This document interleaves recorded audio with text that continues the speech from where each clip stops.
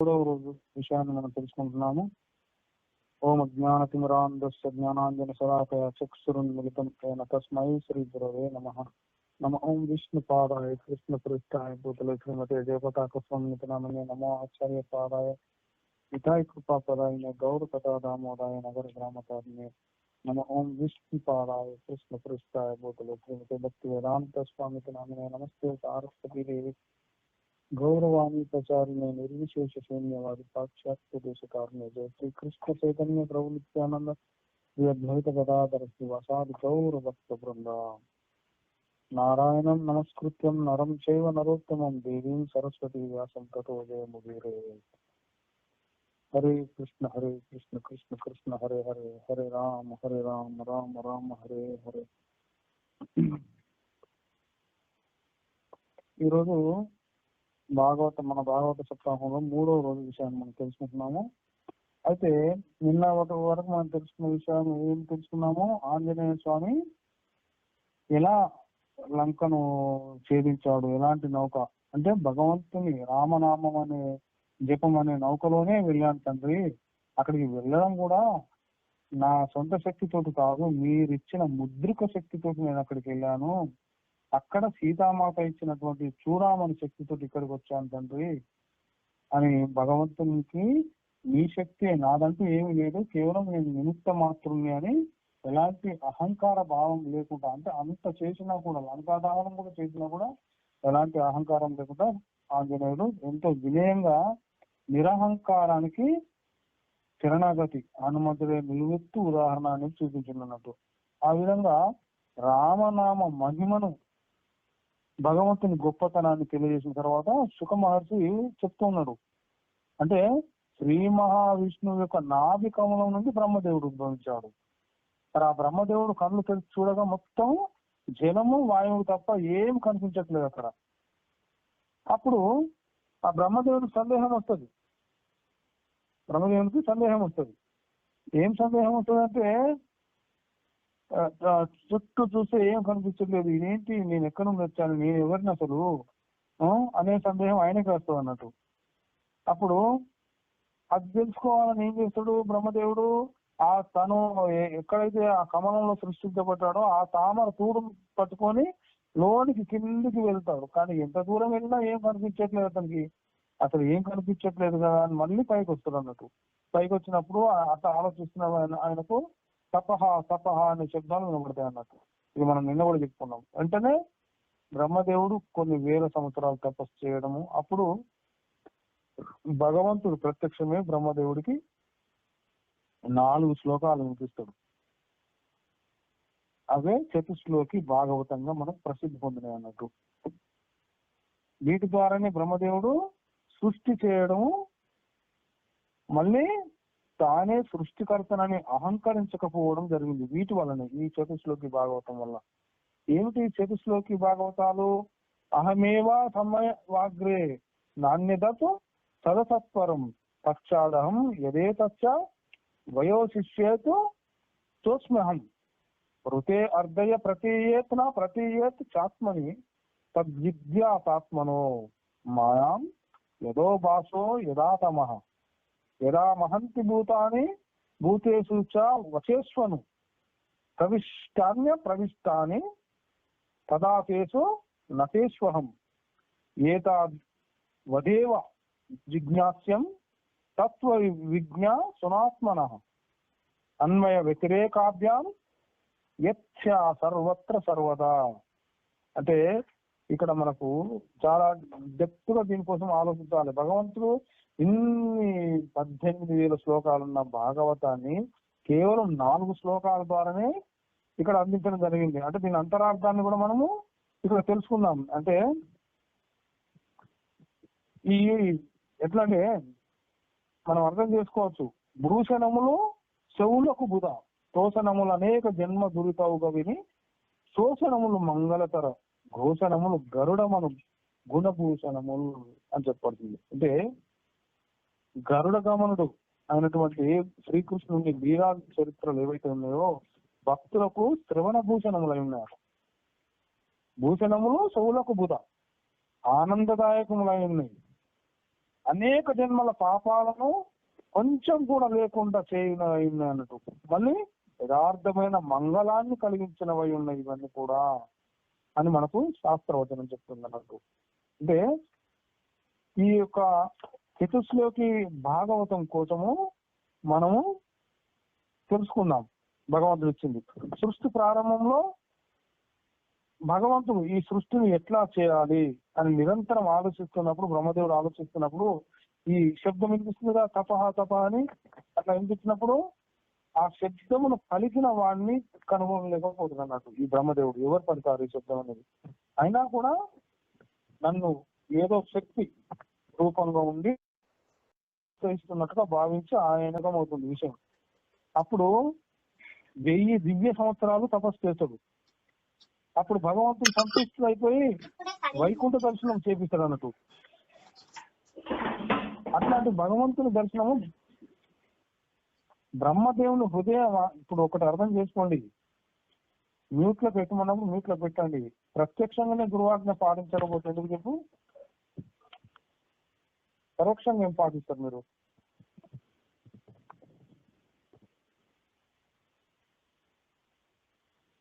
అయితే ఆ భగవంతుడి దర్శనంతో బ్రహ్మదేవుని హృదయం ఆనందంతో నిండి ఈ సృష్టి సమయంలో నేను కూడా భగవాను వల్ల స్వతంత్ర పురుషుడను అనే గర్వము రాకుండా ఉండాలనే భగవంతుని కృప చేత నాకు అలాంటి గర్వం కలగకుండా కానీ భగవంతుని ప్రార్థిస్తాడు అన్నట్టు.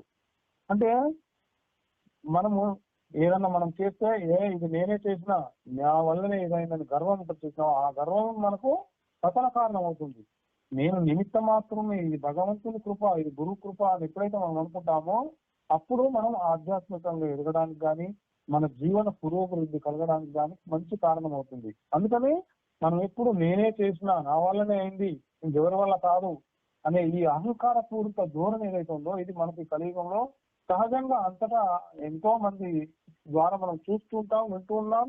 స్వయంగా అది మనకు కూడా అనుభవమే. మనం అట్లాంటి కూడా చేసే స్థితిలో ఉంటాం. ఎందుకంటే ఇది అజ్ఞాన స్థితిలో ఉండి అట్లా చేస్తూ ఉంటాం అన్నట్టు. కానీ సర్వం సృష్టి చేసినటువంటి బ్రహ్మదేవుడే ఇలాంటి అహంకారం నాకు కలగకుండా కాక అని భగవంతుని ప్రార్థిస్తాడు అన్నట్టు. అంటే ఇక్కడ ఈ భగవంతుడు ఆ అనుగ్రహంతో ఏం చెప్తాడు? బ్రహ్మదేవుని ప్రార్థనను విని ఆయన పైన ఎంతో కృప చూపుతాడు అన్నట్టు. చూపించి ఏమంటాడు? నిర్విశేష బ్రహ్మ జ్ఞానాదుల కంటే కూడా శ్రేష్టకరమైన పరమ గుహ్యమైన స్వరూప జ్ఞానాన్ని, ఆ రూపమైన వైభవాది విజ్ఞానాన్ని, ప్రేమ భక్తి రహస్యాన్ని, సంబంధ జ్ఞానాలకు సహాయభూతములు అయినటువంటి ఈ శ్రవణాది భక్తి యొక్క అంగాలను సప్త శ్లోకాలతో కూడిన భాగవతంను ఆయనకు ఉపదేశించడం జరుగుతుంది అన్నట్టు. అంటే ఇక్కడ సప్త శ్లోకాలు, మనం చతుశ్లోకి భాగవతం అనుకున్నాం, ఇక్కడ సప్త శ్లోకాల కోసం చెప్తున్నాను నేను. మళ్ళీ ఇక్కడ ఇది బాగా అర్థం చేసుకోవాలి. అంటే ఈ 7 శ్లోకాలలో 3 నుండి 6 వరకు గల శ్లోకాలను చతుశ్లోకి భాగవతం అని అంటారు. మరి 7 మొదటి శ్లోకం ఏంటిది? చతుశ్లోకి భాగవతం యొక్క సారము. 2వ శ్లోకం ఏంటి? ఆశీర్వచనం. 3, 4 శ్లోకాలు ఏంటి? సంబంధ తత్వాన్ని తెలియజేసేది అన్నట్టు. మరి 5వ శ్లోకం ఏంటిది? ప్రయోజన తత్వాన్ని తెలియజేస్తుంది. మరి 6వ శ్లోకము అభిధేయ తత్వాన్ని తెలియజేస్తుంది. మరి 7వ శ్లోకం ఏం తెలియజేస్తుందంటే చతుశ్లోకి భాగవతం యొక్క ఫలశ్రుతిని తెలుపుతుంది అన్నట్టు. అంటే మానవ జీవితంలో అహంకారమే జీవుని యొక్క పతనానికి కారణమై ఉన్నది. ఫస్ట్ మనం తెలుసుకోవాల్సిన విషయం ఏంటంటే ఈ యొక్క బ్రహ్మ భగవంతుని పాదార విందాలకు ప్రణమిల్లి నీ ఆజ్ఞానుసారం నేను ఈ సృష్టి కార్యాన్ని చేస్తున్నాను, నేనే సృష్టికర్తను అనే అహంకారం లేకుండా నన్ను ఆశీర్వదించు తండ్రి అని ప్రార్థిస్తాడు బ్రహ్మదేవుడు భగవంతుని. అప్పుడు భగవంతుడు ఈ శ్లోకములతోటి బ్రహ్మను అలాగే ఆశీర్వదిస్తాడు అన్నట్టు. ఒకవైపు వివాదము, మరోవైపు మతవాదం. ఇలాంటి పరిస్థితులలో ఈ చతుశ్లోకి భాగవతం ఎట్లా గ్రహిస్తాను నేను అని ప్రశ్నిస్తాడు బ్రహ్మదేవుడు. ఆ చతుశ్లోకి భాగవతంలో చెప్పినంతా కూడా నా ఉద్దేశము. కాబట్టి నీవు ఈ సిద్ధాంతాన్ని భక్తి సంయుత చిత్తంతో నిరంతరం అనుశీలనం చేస్తే అప్పుడు ఎన్నడూ కూడా నువ్వు మోహగ్రస్తుడవు కావు బ్రహ్మ అని చెప్తాడు అన్నట్టు. భగవంతుడు ఆశీర్వదిస్తాడు అన్నట్టు. అంటే ఈ చతుశ్లోకి భాగవతము చతుర్వేదాల సారమై ఉన్నది. ఇంకా డెప్త్కి వెళ్తుంది, లోతులోకి వెళ్తే అన్నట్టు. అంటే మొదటిది ఏంటిది, ఏం చెప్తుంది? అహమేవా సమేవాగ్రే నాణ్యతతో తదసత్వరం పశ్చాదహం యదేకచ్చ యోగ శిష్యేతో సోస్మ్యహం. ఈ యొక్క మొదటి శ్లోకము, దీని యొక్క అంతరార్థము ఎక్కడుంది అని చెప్తుంది మనకు. ఋగ్వేదంలోని ఓం అగ్నిమిలే పురోహితం అనే మంత్రసారంలో ఉంటుంది అన్నట్టు. భగవంతుడు వేదాలలోని రహస్యాలను ఈ చతుశ్లోకి భాగవతంలో ఇనుమడింపజేసి అది బ్రహ్మదేవుడికి అందిస్తాడు అన్నట్టు. అది మరి రెండవది అయినటువంటి ఋతేర్ధం యొక్క ప్రతి ఏత అనే శ్లోకం ఉంది చతుశ్లోకి భాగవతంలో. అంటే దీని యొక్క సారం ఏం చెప్తుంది? యజుర్వేదంలోని ఓం ఈశేత్వార్జేస్వాయవ అనే మంత్ర సారాన్ని మనకు తెలియజేస్తుంది. మరి మూడవదైనటువంటి యదా మహంతి భూతాని భూతేషు చ వచేశ్వను అనే శ్లోకం ఏదైతే ఉందో అథర్వణ వేదంలోని ఓం షన్నో దేవి రవిస్తయే అనే మంత్ర సారాన్ని మనకు తెలియజేస్తుందని చెప్తుంది. మరి నాలుగోది శ్లోకం ఏమున్నది ఇక్కడ? ఏతావదేవ జిజ్ఞాస్యం తత్వ విజ్ఞాసునాత్మన అనే శ్లోకం ఏదైతే ఉందో అది సామవేదంలోని ఓం అగ్న ఆయాహి వీతయే అనే మంత్ర సారమై ఉన్నదనేది మనకు భగవంతుడు చెప్తున్నాడు. అంటే ఈ చతుశ్లోకి భాగంలో ఫస్ట్ శ్రీమన్నారాయణుడు బ్రహ్మదేవునికి ఉపదేశిస్తే బ్రహ్మదేవుడు నారదుడు భగవంతుని యొక్క శక్తి ఆవేశ అవతారమైనటువంటి వ్యాసుడికి ఉపదేశిస్తాడు నారదుడు. ఆ తర్వాత వేద విభాగం చేసి మళ్ళీ ఆ వేదాలు సులభ గ్రాహ్యం అవుటకు ఏం చేస్తాడు? వేదవ్యాస భగవానుడు ఉపనిషత్తులుగా బ్రహ్మసూత్రాలుగా రచించడమే కాకుండా ఉపనిషత్ సారమైనటువంటి భగవద్గీతను చూడండి, ఇక్కడ భగవద్గీత కోసం కూడా వచ్చింది మనకు. ఈ యొక్క ఉపనిషత్ సారం అయినటువంటి భగవద్గీతను చాలా పురాణాలను కూడా రచించిన కూడా ఏమైతుంది? ఈ జీవులకు ధర్మార్థ కామ మోక్షాలను అందించే ప్రణాళిక మాత్రమే పొందుపరచడం వల్ల ఆయనకే ఆత్మశాంతి కలగలేదు. ఎందుకు? ఇవన్నీ కూడా ఈ కలియుగంలో ఉన్న మందబుద్ధి కలిగిన జీవులు అర్థం చేసుకొని ఆచరించి వాటిని ఫలితాలను పొందే స్థితిలో ఉండరు ఈ జీవులందరూ కూడా.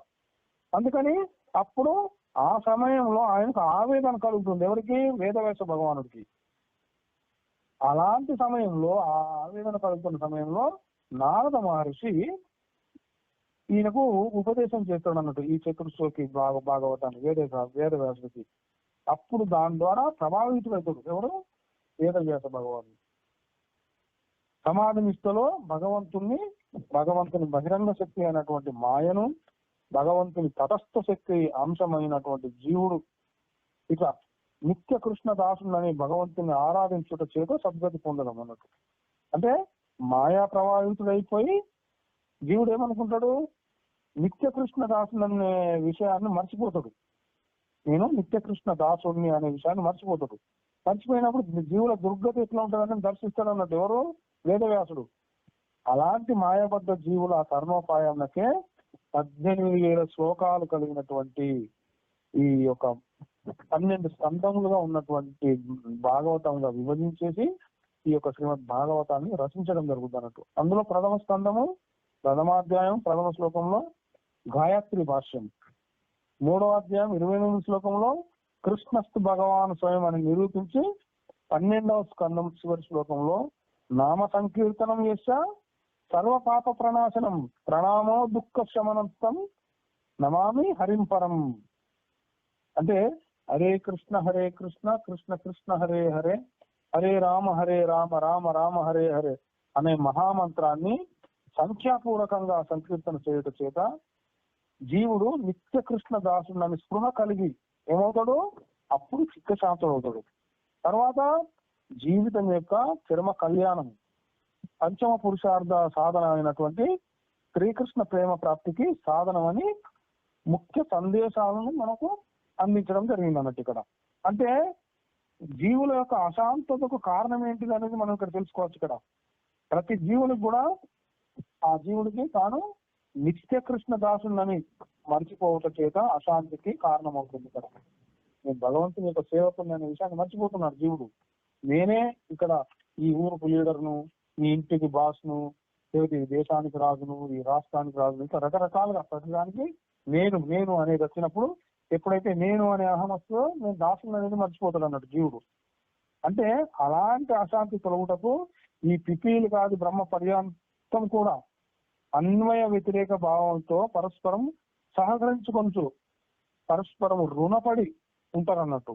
అలాంటి రుణ విముక్తి కావించుకున్నట్ట చేత చిత్తశాంతి పొందడం జరుగుతుంది మనకు. కాబట్టి మనకు భగవత్ప్రోక్తమైనటువంటి ఈ చతుశ్లోకి భాగవతం ప్రతినిత్యం నియమంగా మనం ఎప్పుడైతే పఠిస్తామో అహంకారం నశించిపోయి ఈ యొక్క వ్యాసదేవుని యొక్క కృపం చేత ఈ భాగవత్ పరిశీలన సౌభాగ్యం కలిగి వ్యాసదేవుని అంతిమ సందేశమైనటువంటి ఈ హరినామ సంకీర్తనం చేయుటందు దృఢ విశ్వాసం కలిగి, అంటే ఈ యొక్క హరే కృష్ణ కృష్ణ కృష్ణ హరే హరే హరే రామ రామ రామ హరే హరే అనే మహామంత్రం సంకీర్తన కావించడం వల్ల జీవుడు నిత్య కృష్ణ దాసుడు అనే విషయాన్ని స్ఫురణకు వచ్చి దాని తర్వాత ఈ యొక్క పిపీలు కాదు బ్రహ్మ పర్యంతం నుండి రుణ విముక్తి గావించుకొని చిత్తశాంతిని, జీవిత శర్మ కళ్యాణము, పంచమ పురుషార్థమైనటువంటి శ్రీకృష్ణ ప్రేమను పొందగలరు అనేది విషయాన్ని మనం తెలుసుకోవచ్చు.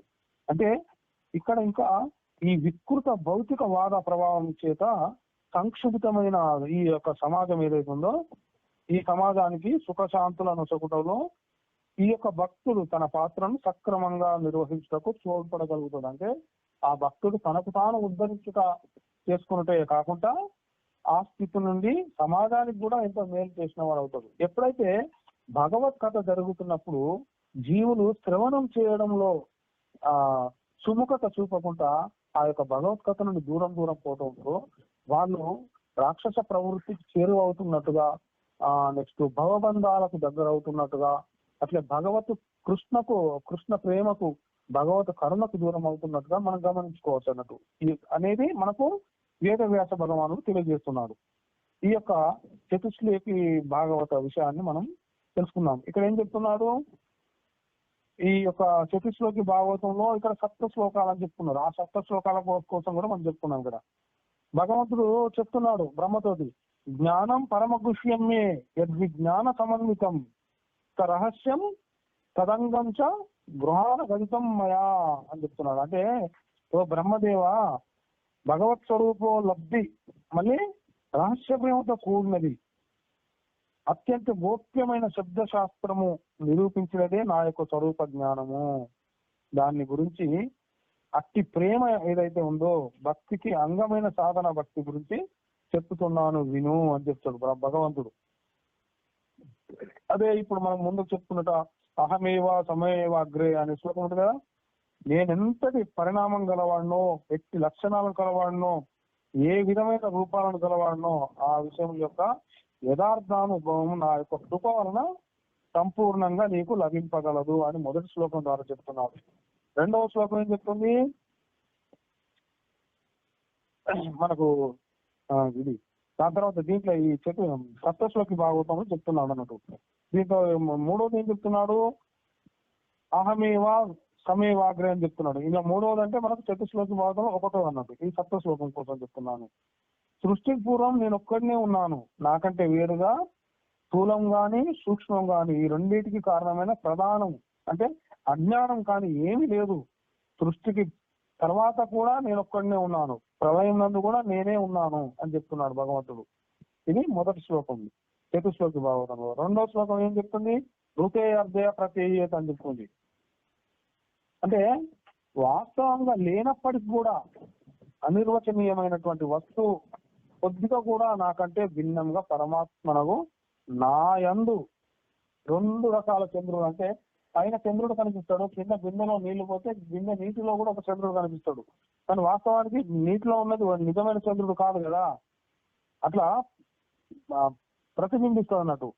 అంటే ఎక్కడ ఆకాశ మండలంలో నక్షత్రంతో రాహు వలె అది వెల్లడి కాదు, మాయ చేత అన్నట్టు. దీన్నే నా మాయగా తెలుసుకో అని చెప్తున్నాడు భగవంతుడు. నెక్స్ట్ యథామహంతి భూతాని అనే శ్లోకం చతుశ్లోకి భాగవతంలో మూడవది అన్నట్టు. దాంట్లో ఏం చెప్తున్నాడు, పృథివీ ఆది యొక్క మహాభూతములు ఇవి ఉచ్చనీచములైన దేవతిర్యజ్ఞాది భౌతిక దేహాలయంలో సృష్టి అనంతరము ప్రవేశించినట్లు స్వతంత్రంగా ఉంటాయి. అట్లే నేను కూడా ఈ భూతమయమైనటువంటి ఈ జగత్తులో సర్వభూతములందు కూడా ప్రవేశించి ఉన్నవాడినై ఉన్నా కూడా భిన్నమగు భగవత్ స్వరూపంలో అన్నింటి లోపల మళ్ళీ బయట కూడా స్ఫూరిస్తూ ఉంటాను నేను అని చెప్తున్నాడు భగవంతుడు. నెక్స్ట్ చతుశ్లోకి భాగవతం 4వ శ్లోకం ఏం చెప్తుంది? ఏకావదేక జిజ్ఞాస్యం తత్వ విజ్ఞా సునాత్మన అని చెప్తున్నాడు భగవంతుడు. అంటే అనువృత్తి వ్యావృత్తి క్రమంలోను లేదా విధి నిషేధముల ద్వారాను ఏది అంతటా ఎల్లప్పుడు ఉంటుందో అదే ఆత్మ అని వెల్లడవుతున్నది.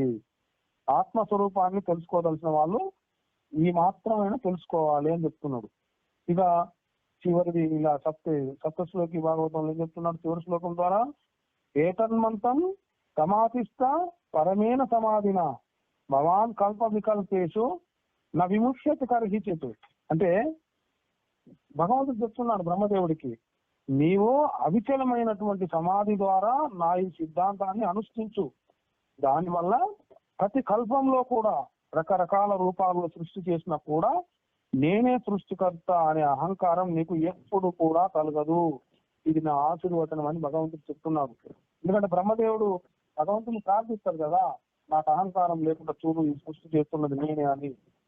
అందుకని భగవంతుడు ఈ విధంగా ఈ ఒక్క జన్మలోనే కాదు, నువ్వు ఇంకా ఎన్ని జన్మల్లో జన్మించినా సృష్టి చేసినా కూడా నేనే సృష్టికర్త అనే స్థితి అహంకారం నీకు ఉండదు ఎప్పుడు అని చెప్తున్నాడు భగవంతుడు.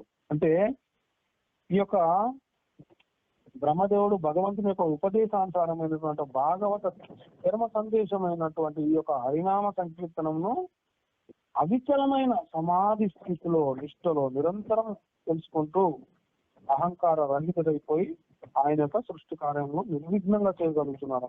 కాబట్టి మనము ఈ చతుశ్లోకి భాగవత పఠనాన్ని మళ్ళీ నిరంతరం హరినామ సంకీర్తనాన్ని ఎప్పుడైతే చేస్తామో ఈ అహంకార రాహిత్యాన్ని పొంది మన యొక్క గృహ కార్యాలను సమర్థవంతంగా నిర్వహించుకొని భగవంతుని యొక్క అపురూపమైన అమోఘమైన ప్రేమకు మనం పాత్రం అవుతాము అనే విషయాన్ని మనం తెలుసుకోవచ్చు. అంటే ఇక్కడ మొదటి శ్లోకంలో భగవంతుని యొక్క తత్వాన్ని చెప్పిండు, 2వ శ్లోకంలో మాయ యొక్క లక్షణాలని చెప్పిండు, 3వ శ్లోకంలో జీవతత్వాన్ని తెలియజేసిండు, 4వ శ్లోకంలో తనను పొందే విధానాన్ని అహంకార రహితంగా ఉండవలసిన విధానాన్ని తెలియజేసిండు భగవంతుడు.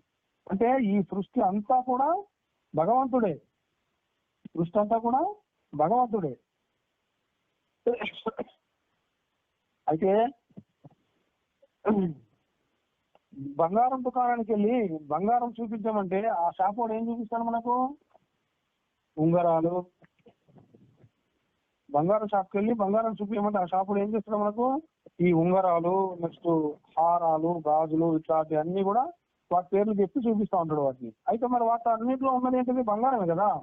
అట్లనే ఈ సృష్టిలో కూడా భగవంతుని వ్యాప్తి కూడా అలాగే ఉంటుంది అన్నట్టు. అంటే సృష్టిలో ఏదైనా వస్తువు తయారు కావడానికి 2 కారణాలు ఉంటాయి. ఒకటది నిమిత్త కారణం, రెండవది ఏంటిది? ఉపాదాన కారణం అన్నట్టు. అంటే ఒక మట్టి కుండం తయారు చేయడానికి మట్టి కావాలి, ఇదొక కారణం, అది ఉపాదాన కారణం అన్నట్టు. మరి తయారు చేసే కుమ్మరి కూడా కావాలి కదా. ఈ కుమ్మరి ఎవరు? నిమిత్త కారణమై ఉన్నాడు. కానీ ఈ సృష్టిలో నిమిత్త కారణం ఉపాదాన కారణం 2 భగవంతుడే అయి ఉన్నాడు అనే విషయాన్ని మనం తెలుసుకోవచ్చు. ఎందుకంటే సర్వకారణ కారణుడు ఆయనే. ఆ విషయం మనం అర్థం చేసుకోవాలన్నట్టు.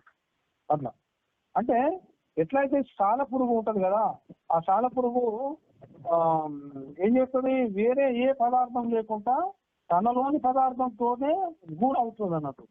అదే విధంగా భగవంతుడు కూడా ఈ సృష్టిని తన సంకల్పంతో తయారు చేస్తాడు.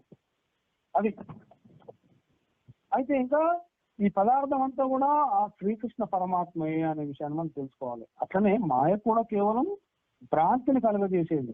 ఆకాశంలో ఉన్న చంద్రుడు నీళ్ళలో చూస్తే మరొక చంద్రుడులా కనిపిస్తాడు మనం, కానీ నీళ్ళలో చంద్రుడు లేడు, ఇది భ్రాంతి. కాబట్టి సర్వం విష్ణుమయం అని తెలుసుకోవాలి ఫస్ట్ మనం. సర్వం విష్ణుమయం జగత్ అంటే సర్వం కల్విదం బ్రహ్మ, సర్వం విష్ణుమయం జగత్. బ్రహ్మదేవుడు సృష్టి నిర్మాణం గురించి ఆలోచిస్తున్నప్పుడు తనకుడు, తనందనుడు, సనాతనుడు, సనత్ కుమారుడు అనే 4 బ్రహ్మమానస పుత్రులు ఉద్భవిస్తారు అన్నట్టు సృష్టి కోసం ఆలోచిస్తున్నప్పుడు. ఆ తర్వాత బ్రహ్మదేవుని బురుకుటి ఇట్లా ముడిపడుతుంది. ముడిపడ్డప్పుడు అక్కడ నుండి ఎవరు పుడతారు? అందులో నుండి మహారుద్రుడు ఉద్భవిస్తాడు అన్నట్టు. అంటే భూత ప్రేతములను వృద్ధి చేసినాడు. ఆ తర్వాత బ్రహ్మదేవుడు 10 మంది మహర్షులను సృష్టిస్తారు. వాళ్ళెవరు? ఆ మహర్షుల పేర్లు ఏంటి? మరీచి. ఆ బ్రహ్మదేవుడు వాళ్ళ పేర్లు ఏంటి? మరీచి, అత్రి, అంగీరసుడు, పులస్తుడు, పులహుడు, క్రతువు, భృగువు, వశిష్ఠుడు, దక్షుడు, నారదుడు. బ్రహ్మదేవుడు తన నీడ నుండి కర్దముని, తన వాణి నుండి సరస్వతిని పూజించడం జరుగుతుంది అన్నట్టు. ఆ తర్వాత సృష్టిలో మొదటి స్త్రీ పురుషులుగా ఎవరిని సృష్టిస్తున్నాడు భగవంతుడు? బ్రహ్మదేవుడు మనువు మరియు శతరూపలను సృష్టిస్తారు.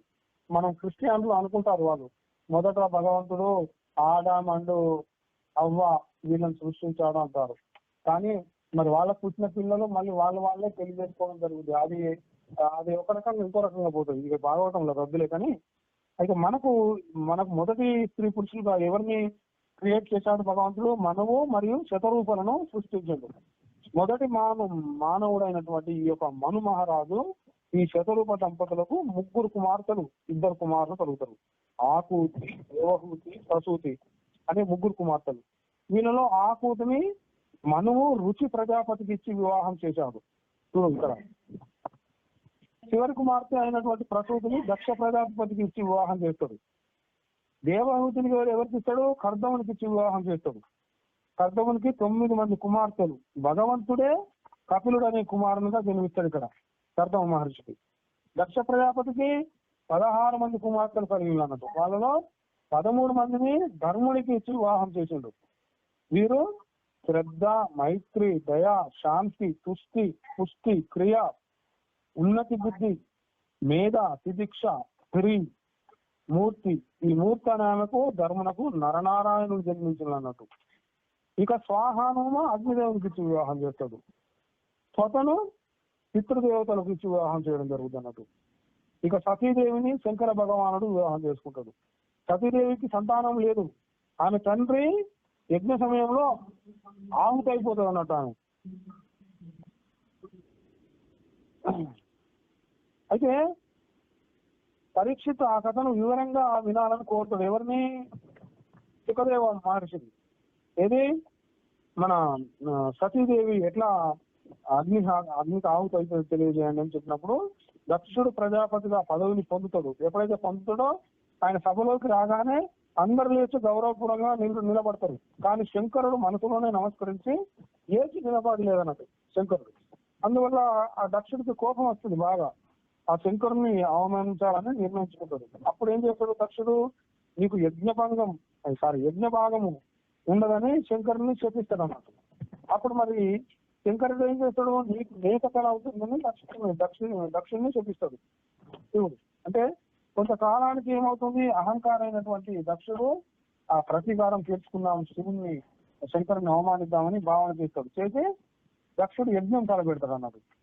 ఆ శంకరుని పిలవకుండా మిగతా అందరి కూతుర్లను, అల్లులను, ఇతర దేవతలను అందరిని ఆహ్వానిస్తాడు ఈ యొక్క దక్ష యజ్ఞానికి. అప్పుడు ఆ యజ్ఞానికి వెళ్తున్న తన సోదరుని మనలందరినీ చూసిన సతీదేవి ఏం చేస్తుంది? నేను కూడా నా తండ్రి ఇంటికి వెళ్ళాలని భావిస్తుంది అన్నట్టు. శంకరుని వద్దు అంటాడు. వద్దు సతీ వద్దు అని చెప్పినప్పుడు కూడా తండ్రి ఇంటికే కదా నేను వెళ్ళేది, అందరు వెళ్తున్నారు, మర్చిపోయి చెప్పలేదేమో నా తండ్రి మనకు అని చెప్పి ఆయన శంకరుని మాటలు పట్టించుకోకుండా కొంతమంది పరివారానికి తీసుకొని దక్షిణ ఇంటికి చేరుతుంది అన్నట్టు. అక్కడ ఎలాంటి పరిస్థితిని ఎదుర్కొంటుంది అంటే సతీదేవి తల్లి తప్ప ఎవ్వరు కూడా, తల్లి కూడా తప్పదు అన్నట్టు పలకరించాల్సిన పరిస్థితి ఏర్పడుతుంది. దక్షుడి యొక్క అహంకార ఆజ్ఞ అన్నట్టు ఇదంతా. అట్లా మిగతా వాళ్ళు ఎవ్వరు కూడా పలకరించకపోవడం వల్ల, అనాదరణ చూపడం వల్ల సహించలేకపోతుంది అన్నట్టు. ఆ యజ్ఞంలో తన భర్త ఆయన ఆదిశంకరుడికి స్థానమే లేకపోవడం చూసి ఎంతో బాధపడుతుంది. అప్పుడు తండ్రి విచక్షణ రహితంగా ఆ సతీదేవిని పూలనాడుతాడు అన్నట్టు.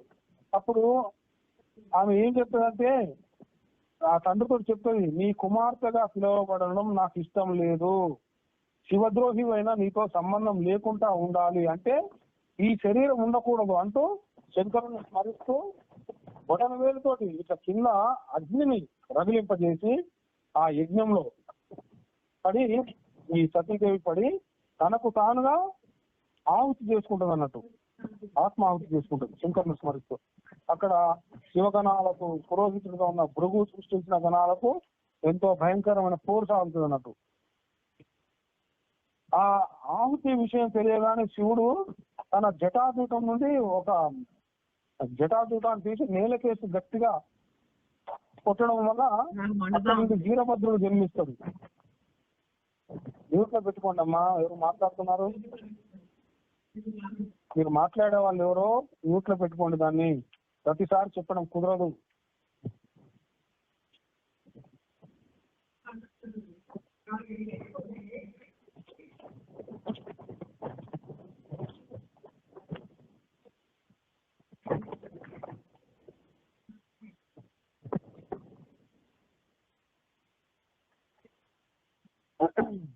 ఇక్కడ వీరభద్రుడు ఈ యొక్క భృగుని కళ్ళను కూడా తీసేస్తాడు, దక్షుని కళ్ళ నరికి యజ్ఞకుండంలో వేస్తాడు.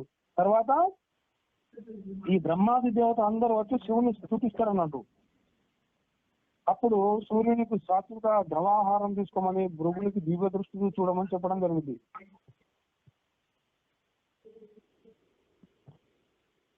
దక్షునికి మేక తల తెచ్చి అర్పించడం జరుగుతుంది అన్నట్టు. దేవతలందరూ కూడా ఆ యజ్ఞాన్ని పూర్తి చేసి వాళ్ళ నిలవలకు వెళ్ళిపోతారు.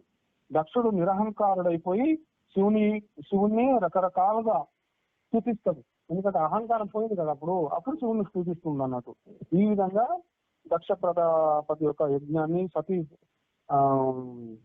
యజ్ఞంలో ఆహిత కావడాన్ని గురించి పరీక్షిత్ మహారాజు తెలియజేస్తాడు. ఆ తర్వాత మనకు ధ్రువ చరిత్ర కోసము పరీక్షిత్ మహారాజుకు తెలియజేస్తున్నట్టు ఉంటారు. ప్రియవ్రతుడు, ఉత్తానపాదుడు. అంటే ఉత్తానపాదుడికి ఇద్దరు భార్యలు, సునీతి, సురుచి. సునీతి కుమారుడి పేరు ఏం పేరు? ధ్రువుడు. సురుచి కుమారుడి పేరు ఉత్తముడు అన్నట్టు. పరీక్షిత్ మహారాజు ఈ యొక్క సుఖ మహర్షిని మనం ఏ వయసులో భగవంతుని కృపను త్వరగా పొందగలమని ప్రశ్నిస్తాడు.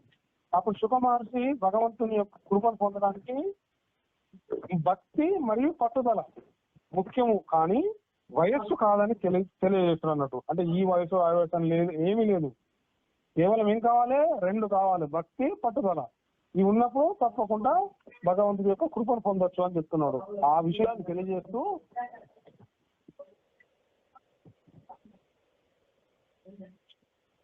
5 సంవత్సరాల వయసులో ఉన్నటువంటి ధ్రువుని కోసం చెప్తాడు అన్నట్టు. శ్రీమన్నారాయణను దర్శనం పొందిన ధ్రువుని చరిత్రను ఇక్కడ ఈ యొక్క పరీక్షిత్ మహారాజుకు శ్రవణం చేపిస్తాడు. ఒకసారి ఈ యొక్క ఉత్తానపాదుడి ఒడిలో కూర్చుని ఉత్తముడు ఆడుకుంటూ ఉంటాడు అన్నట్టు. ఉత్తానపాదుడు అనే రాజు ఆడుకుంటున్నప్పుడు ధ్రువుడు కూడా అక్కడికి వచ్చి ఆయన కూడా అడుగుతాడు, నాన్నగారు నేను కూడా నీ ఒడిలో కూర్చుంటాను అని కోరినప్పుడు ఇంతలో అక్కడికి ఎవరు వస్తారు? ధ్రువుడి యొక్క సవతి తల్లి వస్తుంది. వచ్చి ఆ సురుచి ధ్రువుని చూసి, నీవు నీ తండ్రి ఒడిలో కూర్చోవాలంటే నువ్వు శ్రీహరిని గురించి తపస్సు చేసి నా గర్భంలో జన్మించాలని అన్నది అన్నట్టు. అప్పుడు ధ్రువుడు ఎంతో బాధపడి అట్లా అని అతను దూరం విసిరేస్తాడు అన్నట్టు. అప్పుడు ఎంతో బాధ, ఉక్రోషం కలుగుతుంది అన్నట్టు అతనికి. అంటే అప్పుడు ధ్రువుడు బాధపడి వచ్చి తన తల్లికి చెప్పుకుంటాడు, సునీతికి.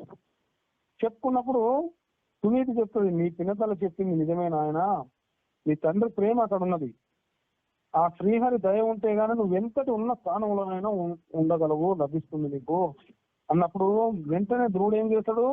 శ్రీమన్నారాయణుని వెతకాలని అడవులకు బయలుదేరి వెళ్ళిపోతా ఉంటాడు 5 సంవత్సరాల వయసులోనే. అప్పుడు సునీతి ఎంత పిలిచినా ప్రయోజనం లేదన్నట్టు. ఎందుకో ఆయన పట్టుదల ఉన్నదంతగా, నేను నా తండ్రి ఒడిలో కూర్చోవడానికి నాకెందుకు అర్హత లేదు, నేను శ్రీమన్నారాయణ దగ్గరికి వెళ్తే ఆయన అనుగ్రహం ఉంటే నాకు అన్ని లభిస్తాయి అని అనుకొని అడవులకు వెళ్ళిన అతనికి ధ్రువునికి ఆ పట్టుదలను పరీక్షించాలని నారద మహర్షి ఏం చేస్తాడు? 1000 సంవత్సరాల గుహలలో తపస్సు చేసే వారికి కూడా శ్రీహరి లభించలేదు నాయన, ఇది ఘోరారణ్యం, ఇంటికి వెళ్ళిపో, చిన్న పిల్లవాడి అని చెప్తాడు.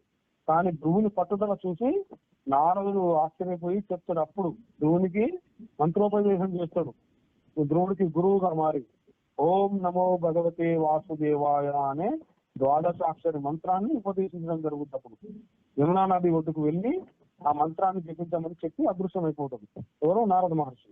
అప్పుడు ధ్రువుడు యమున ఒడ్డుకు వెళ్ళి అక్కడ ఉన్నటువంటి మధువనంలోకి వెళ్ళి 3 రోజులకు ఒకసారి ఫలాహారం తింటూ, 1 నెల 6 రోజులకు ఒకసారి ఎండిన ఆకులను తింటూ, ఆ తర్వాత 1 నెల 9 రోజులకు ఒకసారి ఆకులు తింటూ, 12 రోజులకు ఒకసారి నీళ్లు తాగుతూ, ఆ తర్వాత కేవలం గాలినే పీల్చుకుంటూ, ఆ తర్వాత ప్రాణవాయువును కూడా నిగ్రహించి ఒంటి కాలుపై తపస్సు చేస్తున్నాడు అన్నట్టు. ఆ విధంగా 6 నెలలు అయ్యేసరికి తపోగ్నికి లోకాలన్నీ కలడిల్లిపోతున్నాయి. ఆ విధంగా 6 నెలలు అయ్యేసరికి తపోగ్నికి లోకాలు కలడిస్తున్న సమయంలో శ్రీ మహావిష్ణువు ధ్రువుడికి ప్రత్యక్షమై దర్శనమిస్తారు.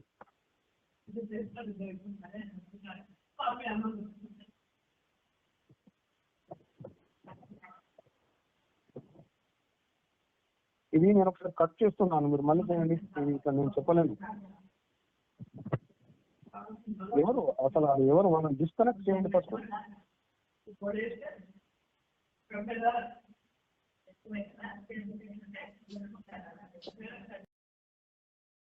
సరికి తపోగ్నికి లోకాలన్నీ తలడిల్లిపోతున్నప్పుడు శ్రీ మహావిష్ణువు ధ్రువుడికి ప్రత్యక్షమై దర్శనం ఇవ్వడం జరిగింది. పూర్తిగా భాష కూడా రాని 5 సంవత్సరాల బాలుడు భగవంతుని ఎట్లా స్థుతించాలో తెలియక కకమిక పడుతున్నప్పుడు భగవంతుడు ఎంతో అనుగ్రహించి ఆయన చేతిలోని దివ్య శంఖాన్ని ధ్రువునికి తగిలిస్తాడు. ఇలా తగిలించడం తోటే వెంటనే ధ్రువుడు భగవాను స్థుతించి ఏమి కోరక నీ భక్తిని మాత్రమే ప్రసాదించమని అది కోరుతాడు అన్నట్టు. కానీ భగవంతుడు ఏం చేస్తాడు, నువ్వు 36,000 సంవత్సరాలు రాజ్యపాలన చేసి నా వద్దకు చేరమని చెప్తాడు అన్నట్టు. అప్పుడు పంపిస్తాడు. ధ్రువుడు ఇంటికి రావడం తోటే ఉత్తానపాదుడు ఏం చేస్తాడు, పట్టాభిషేకం చేసి తపస్సు చేసుకోవడానికి అడవులకు వెళ్తాడు అన్నట్టు. తర్వాత ఒకసారి అతని తమ్ముడైనటువంటి ఉత్తముడు వేటకు వెళ్ళగా ఒక యక్షుడు అతనితో పోరాడి ఆ ఉత్తముని చంపేస్తాడు. అది తెలిసిన ధ్రువుడు ఏం చేస్తాడు, తన తమ్ముడిని వధించినందుకు యక్షులందరినీ కూడా వధిస్తాడు అన్నట్టు. ఇంతలో ధ్రువుని తాత ఎవరైతే ఉన్నారో మనువు ప్రత్యక్షమై, నాయన పరమ వైష్ణవుడైన నీకు ఈ హింసా మార్గం తగదు అని చెప్పి ధ్రువుని శాంతింపజేస్తాడు. యక్షులకు రాజైనటువంటి ఎవరు, కుబేరుని క్షమించమని కోరి తపస్సు చేసుకోవడానికి అడవులోకి వెళ్తాడు. ఎవరు, ధ్రువుడు. మళ్ళీ 36,000 సంవత్సరాలు పూర్తి కాగానే ఒక దివ్య విమానం వస్తుంది. అప్పుడు మృత్యు దేవత యొక్క పైన కాలు పెట్టి విమానం ఎక్కుతాడు. ఎవరు, ధ్రువుడు. విష్ణులోకానికి చేరుతాడు.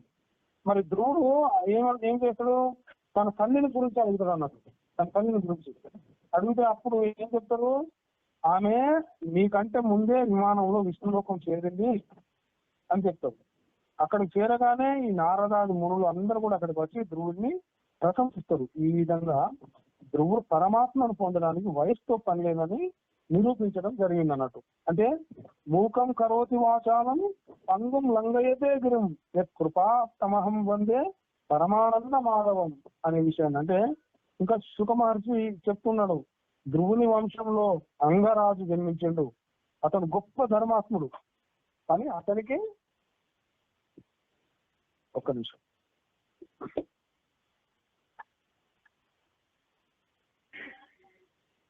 హరే కృష్ణ. భావన మాతాజీ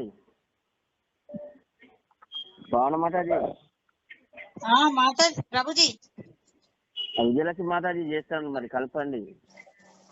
మాతాజీ మ్యూట్ లో పెట్టుకోవడం నాది, వద్దులేండి. సరే, ఓకే.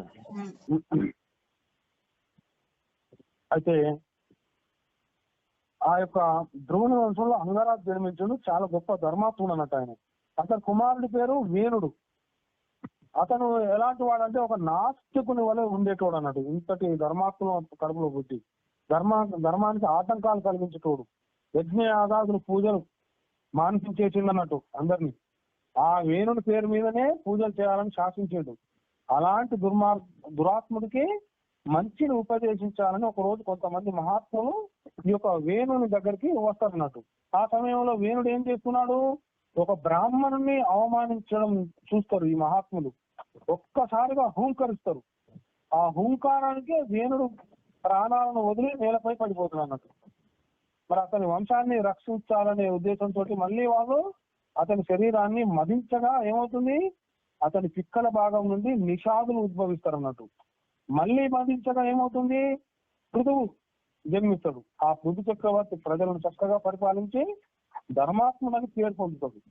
నగరాలు, గ్రామ్య వ్యవస్థను అన్నిటిని కూడా నెలకొల్పుతాడు అన్నట్టు ఆయన. భూదేవిని గోవుగా చేసి ఔషధులను పిండి ప్రజలకు ఉపయోగించింది అన్నట్టు ఆయన.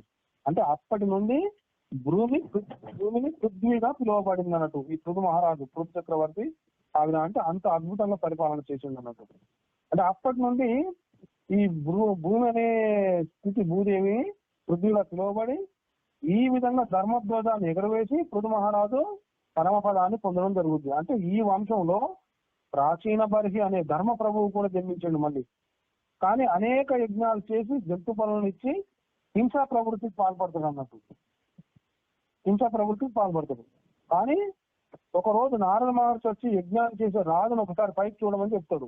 ఎవరికి? ఏ రాజుకు? ప్రాచీన బర్హి మహారాజుకు. అప్పుడు ఆయన పైకి చూస్తాడు. చూడంగానే అతనికి అనేక రకాల పశువులు కనిపిస్తా ఉంటాయి, భయంకరంగా ఇతని క్రోధంతో చూస్తూ. అవన్నీ కూడా ప్రాచీన బర్హి మరణించగానే ప్రతీకారం తీర్చుకోవాలని చూస్తున్నాయి అన్నట్టు. అవన్నీ కనిపిస్తాయి అన్నట్టు. అది చూసిన ప్రాచీన బర్హికి చాలా భయపడతాడు అన్నట్టు.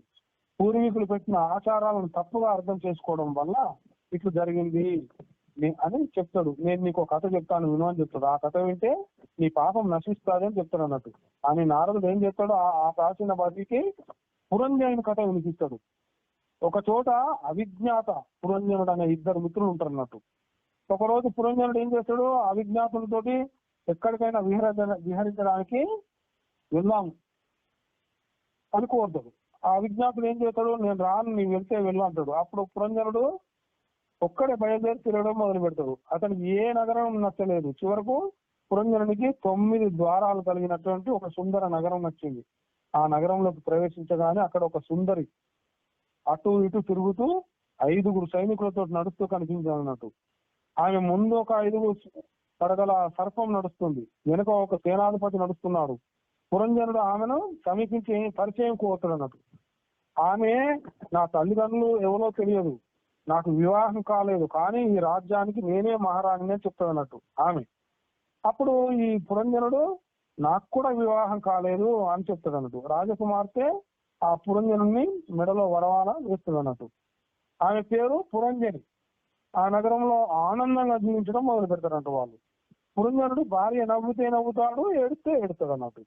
అంటే ఈ విధంగా పురంజనుడు ఏకీకృత భావంతో పురంజనుడితో జీవించసాగిండు. ఒకరోజు ఏం జరుగుద్ది, జరాదేవి అనే అందహీనమైన కన్య తనను ఎవ్వరు వివాహం చేసుకుంటలేరనే దుఃఖంతో చండవేగుడు అనే గంధర్వుని వద్దకు వెళ్తాడు అన్నట్టు. ఆమె దుఃఖాన్ని చూసిన చండవేగుడు ఏం చేస్తాడు, ఆయన వద్ద ఉన్న 360 తెల్ల గంధర్వులను 360 మంది నల్ల గంధర్వులను సైనికులుగా ఆమెకి ఇస్తాడు. నీవు ఎవరిని వరించాలన్నా వరించవచ్చు, వాళ్ళు పారిపోతున్నట్లయితే ఈ 720 మంది అతన్ని పట్టుకొని వచ్చి నీకు అప్పగిస్తారు అని చెప్తాడు అన్నట్టు. అప్పుడు ఈ 720 మంది సైనికులతోటి తిరుగుతున్న ఈ జరాదేవి ఎవరైతే ఉంటారో ఆమె దృష్టి మొత్తం కూడా ఈ పురంజనునిపై పడుతుంది అన్నట్టు. పురంజనుని పట్టి తెమ్మని ఈ జరాదేవి ఈ పురంజనుని సైనికులు 11 మంది ఉన్నారు. జరాదేవి సైనికులు ఎంతమంది ఉన్నారు? 720 మంది ఉన్నారు. అప్పుడు పురంజనుడు ఏమి ఎరగలేకపోయి విశ్రాంతిగా ఉన్నాడు. నగరం మొత్తం జరాదేవి వశమైందో, ఎప్పుడు జరాదేవి వశమైందో కూడా తెలియదు అన్నట్టు ఇతనికి. ఆమె ఆ పురంజనుని బంధించి ఈడ్చుకుని వెళ్తూ ఉంటే పురంజనుడు తన భార్య గురించి చింతిస్తూ ఏడుస్తూ ప్రాణాలను వదిలిండు అన్నట్టు. స్త్రీని గురించి మరణ సమయంలో ఆలోచించడం వల్ల ఈ పురంజనుడు మళ్ళీ స్త్రీ జన్మ ఎత్తి మలయధ్వజుడు అనే రాజును వివాహం చేసుకున్నాడు. కొంతకాలానికి ఈ మలయధ్వజుడు మరణించగా సహగమనం చేయడానికి ఆమె సిద్ధపడింది. చాలా కాలం వరకు తన మిత్రుడు తిరిగి రాకపోవడం వల్ల ఈ అవిజ్ఞాతుడు ఏం చేస్తాడు, ఈ పురంజనుని వెతుక్కుంటూ బ్రాహ్మణ వేషంలో బయలుదేరుతాడు. సహగమనం చేయడానికి సిద్ధంగా ఉన్న స్త్రీ రూపంలో ఉన్న పురంజనుని గుర్తిస్తాడు. గుర్తించి నాతో రా అని చెప్తాడు. మనం మానస సరోవరంలో హంసల వల్ల విహరించే వాళ్ళము, గుర్తు తెచ్చుకో అని చెప్తాడు. స్త్రీ రూపంలో ఉన్న పురంజనుడికి అవిజ్ఞాత గుర్తుకు రావడంతో యథారూపం వచ్చేసింది అన్నట్టు వెంటనే. అప్పుడు వెంటనే మళ్ళీ ఈ పురంజనుడు ఈ అవిజ్ఞాతుడు కలిసి మళ్ళీ ఆనందంగా జీవిస్తూ ఉంటారు స్నేహితులు అన్నట్టు. అంటే ఈ కథలోని అంతరార్థం మనం ఏం చేసుకోవచ్చు అనే శాస్త్రం చెప్తుంది మనకంటే, పురంజనుడు జీవాత్మ, అవిజ్ఞాతుడు పరమాత్మ, 9 ద్వారములు గల భవనం మన శరీరం. పురంజని అంటే మన బుద్ధి, 10 మంది సైనికులు అంటే 5 జ్ఞానేంద్రియాలు, 5 కర్మేంద్రియాలు. వెనక నడిచే సేనాధిపతి మనస్సు, ముందు నడిచే 5 పడగల సర్పం ఎవరు? ప్రాణ, అపాన, సమాన, ఉదాన, వ్యాన అనే మన పంచ ప్రాణ వాయువులకు ప్రతిరూపం ఇది. మరి జర అంటే ఏంటి? ముసలితనం. 720 మంది సైనికులు, 360 పగళ్ళు, 360 రాత్రులు, అంటే ఈ కాలం అన్నట్టు ఇది. పురంజనుని సైనికులు 11 మంది మరణించడం అంటే వృద్ధాప్యం వచ్చిన తర్వాత దృష్టి, వినికిడి శక్తి మొదలైనవన్నీ కూడా తగ్గిపోవడం, నడవలేకపోవడం, ఈ కర్మేంద్రియాలు, జ్ఞానేంద్రియాలు సరిగా పనిచేయకపోవడం, వృద్ధాప్యం ఎప్పుడు ప్రవేశిస్తుందో కూడా మనం గుర్తించలేకపోవడం. ఈ అవిజ్ఞాత అనే పండిత బ్రాహ్మణ రూపంలో వచ్చినట్టు భగవంతుడు సద్గురు రూపంలో వచ్చి మనలను భగవంతుని పాదాల చింతకు చేర్చితే గాని మనం భగవంతుని చేరలేము. అంటే పూలవనంలో తిరిగే నేళ్ల జంట వెనక వచ్చే వేటగాడిని ముందు వేచి ఉన్న తోడేళ్లను కూడా గమనించలేవు. మనం కూడా ఈ భౌతిక జగత్తులో సుఖ దుఃఖాలలో మునిగి తేలుతూ మనల్ని వెంటాడే మృత్యువును గాని, మరణానంతరం అనుభవించవలసిన కర్మ ఫలాలను గాని తెలుసుకోలేము.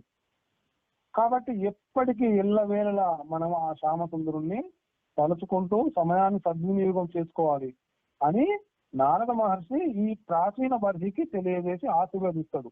బ్రహ్మలోకానికి బయలుదేరుతాడు అన్నట్టు. ప్రాచీన బర్హికి 10 మంది కుమార్తెలు, వాళ్ళు ఈ యొక్క ప్రచేతసులని ఈ యొక్క ప్రాచీన బర్హికి తెలియజేసి ఆశ బ్రహ్మలోకానికి వెళ్ళిపోతాడు. ఈయనకు 10 మంది కుమారులు అన్నట్టు. వాళ్ళు ప్రచేతసులని పిలువబడతారు అన్నట్టు. వీళ్ళు చాలా కాలం కఠోర తపస్సు చేస్తారు. ఒకరోజు శంకరుడు ప్రత్యక్షమై వాళ్ళకు రుద్రగీతను వినిపిస్తాడు అన్నట్టు. 36 శ్లోకాలు కలిగినటువంటి ఈ రుద్రగీత విన్న వాళ్లకు, స్మరించిన వాళ్లకు జన్మ తరిస్తుంది అనేది చెప్తుంది. ఎందుకంటే ఆయన వైష్ణవానాం యథాశంభుకు, వైష్ణవులందరూ అగ్రగణ్యం నేను మీకు అందరికి మేలు చేకూర్చేవాడిని అని ఆ రుద్రగీతను వినిపిస్తాడు అన్నట్టు. ఆ విధంగా అది స్మరించిన వాళ్ళకి జన్మ తరిస్తుంది అనేది మనకు భాగవత ప్రమాణం తెలియజేస్తుంది. అంటే భాగవతంలో 6 గీతలు ప్రసిద్ధి పొందినవి. అవేంటి? 1 రుద్రగీత, 2 వేణుగీత, 3 గోపీ గీత, 4 యుగల గీత, 5 భ్రమర గీత, 6 ప్రణయ గీత. వీటి స్మరణ మాత్రం చేతనే కృష్ణ భక్తి మనకు వృద్ధి పొందుతుంది. అంటే శ్రీ సుఖ మహర్షి పరీక్షితులకు తాను తర్వాత అంటే తదనంతరము వృషభదేవుని చరిత్ర, భరతుని చరిత్రను తెలియజేస్తారు అన్నట్టు. అంటే ఒకసారి బ్రాహ్మణులందరూ కూడా మీతో సమావేశమైన ఒక రాజును మాకు ప్రసాదించమని భగవంతుని కోరుతారు అన్నట్టు. భగవానుడు వారి కోరికను సమ్మతించిండు. అగ్నీంద్రుడు అనే రాజు కుమారుడు నాభి భగవానుడు, ఆ నాభికి పుత్రుడుగా వృషభదేవుడు అనే పేరుతోటి జన్మిస్తాడు.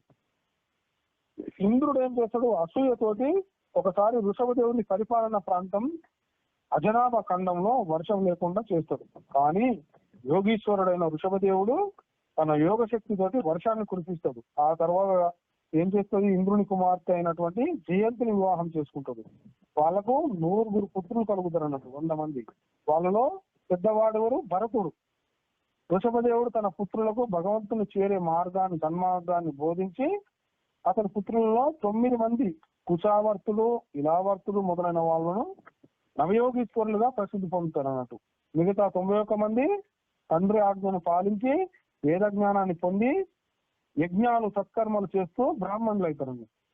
వృషభదేవుడు వృక్షముల కన్నా చలించు కీటకములు, వాటి అంటే దేనికంటే ఏది ఉన్నత స్థితి ఉంటది అనేది చెప్తున్నాడు. అంటే వృక్షముల కన్నా చలించు కీటకములు, వాటికన్నా పశువులు, వాటికన్నా మనుషుల కంటే ప్రమదగణము, వాటికంటే గంధర్వులు, గంధర్వుల కన్నా సిద్ధుల కన్నా కిన్నర్ల కన్నా అసురులు, అసురుల కన్నా దేవతలు, దేవతల కన్నా ఇంద్రుడు, ఇంద్రుడి కన్నా కూడా ప్రజాపతులు, వాళ్ళ కన్నా కూడా రుద్రుడు, రుద్రుని కన్నా బ్రహ్మదేవుడు, బ్రహ్మదేవుని కన్నా కృష్ణ భగవానుడు శ్రేష్ఠులను భావించారు. తన పుత్రులకు బ్రాహ్మణులను సేవించమని, సకల ప్రాణాలను బిడ్డల వల్ల ప్రేమించమని ధర్మోపదేశం చేసిండు.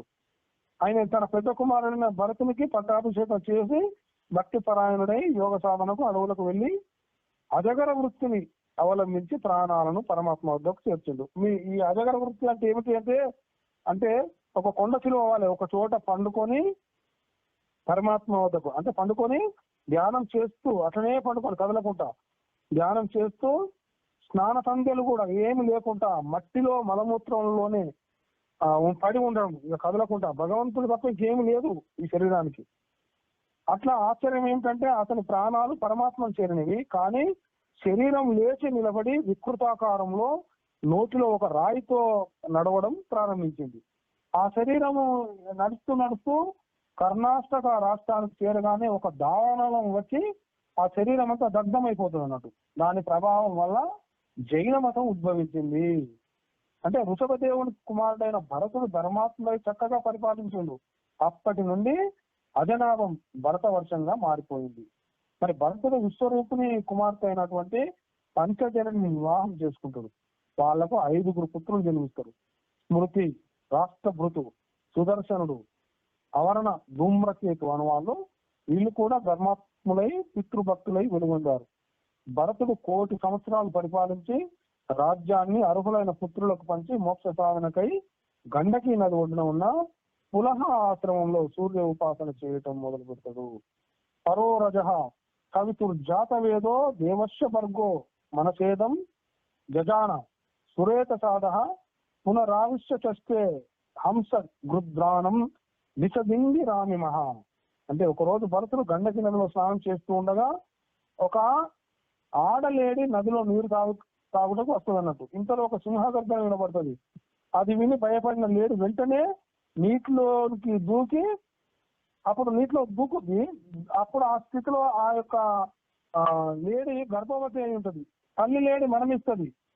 ఆ దృశ్యాన్ని, అంటే అప్పుడు ఆ మరణించినప్పుడు ఆ భయంతో గర్భం నుండి ఆ యొక్క పిల్ల బయటకు వస్తుంది అన్నట్టు. గర్భం నుండి తల్లి లేడి మరణిస్తుంది. ఆ దృశ్యాన్ని చూసిన భరతునికి మనస్సు కరిగిపోతుంది ఎంతో. అయ్యో జాలి పడి ఆ హృదయం, ఆ జాలి కలిగిన హృదయం ఉన్నటువంటి ఆ భరత మహారాజు ఏం చేస్తాడు, ఆ లేడి పిల్లని ఇంటికి వచ్చి పెంచుకుంటున్నాడు అన్నట్టు. మొదట భక్తి, లేడి పిల్ల పెంపకం సమానంగానే పెరుగుతాయి. కానీ రాను రాను భరతుని మనస్సు పరమాత్మపై కంటే లేడి పిల్ల మీద ఎక్కువగా లగ్నం కావడం మొదలైంది అన్నట్టు. లేడి కనిపించకపోతే దానికై పరితపించేవాడు అన్నట్టు. ఒకరోజు లేడి ఎటో పారిపోతుంది. దానికై అంతటా వెతికి విలపిస్తూ ప్రాణాలు వదులుతాడు అన్నట్టు. అంటే మరణ సమయంలో లేడిని తలుచుకున్నాడు కాబట్టి అతనికి మళ్ళీ లేడి జన్మ లభించింది.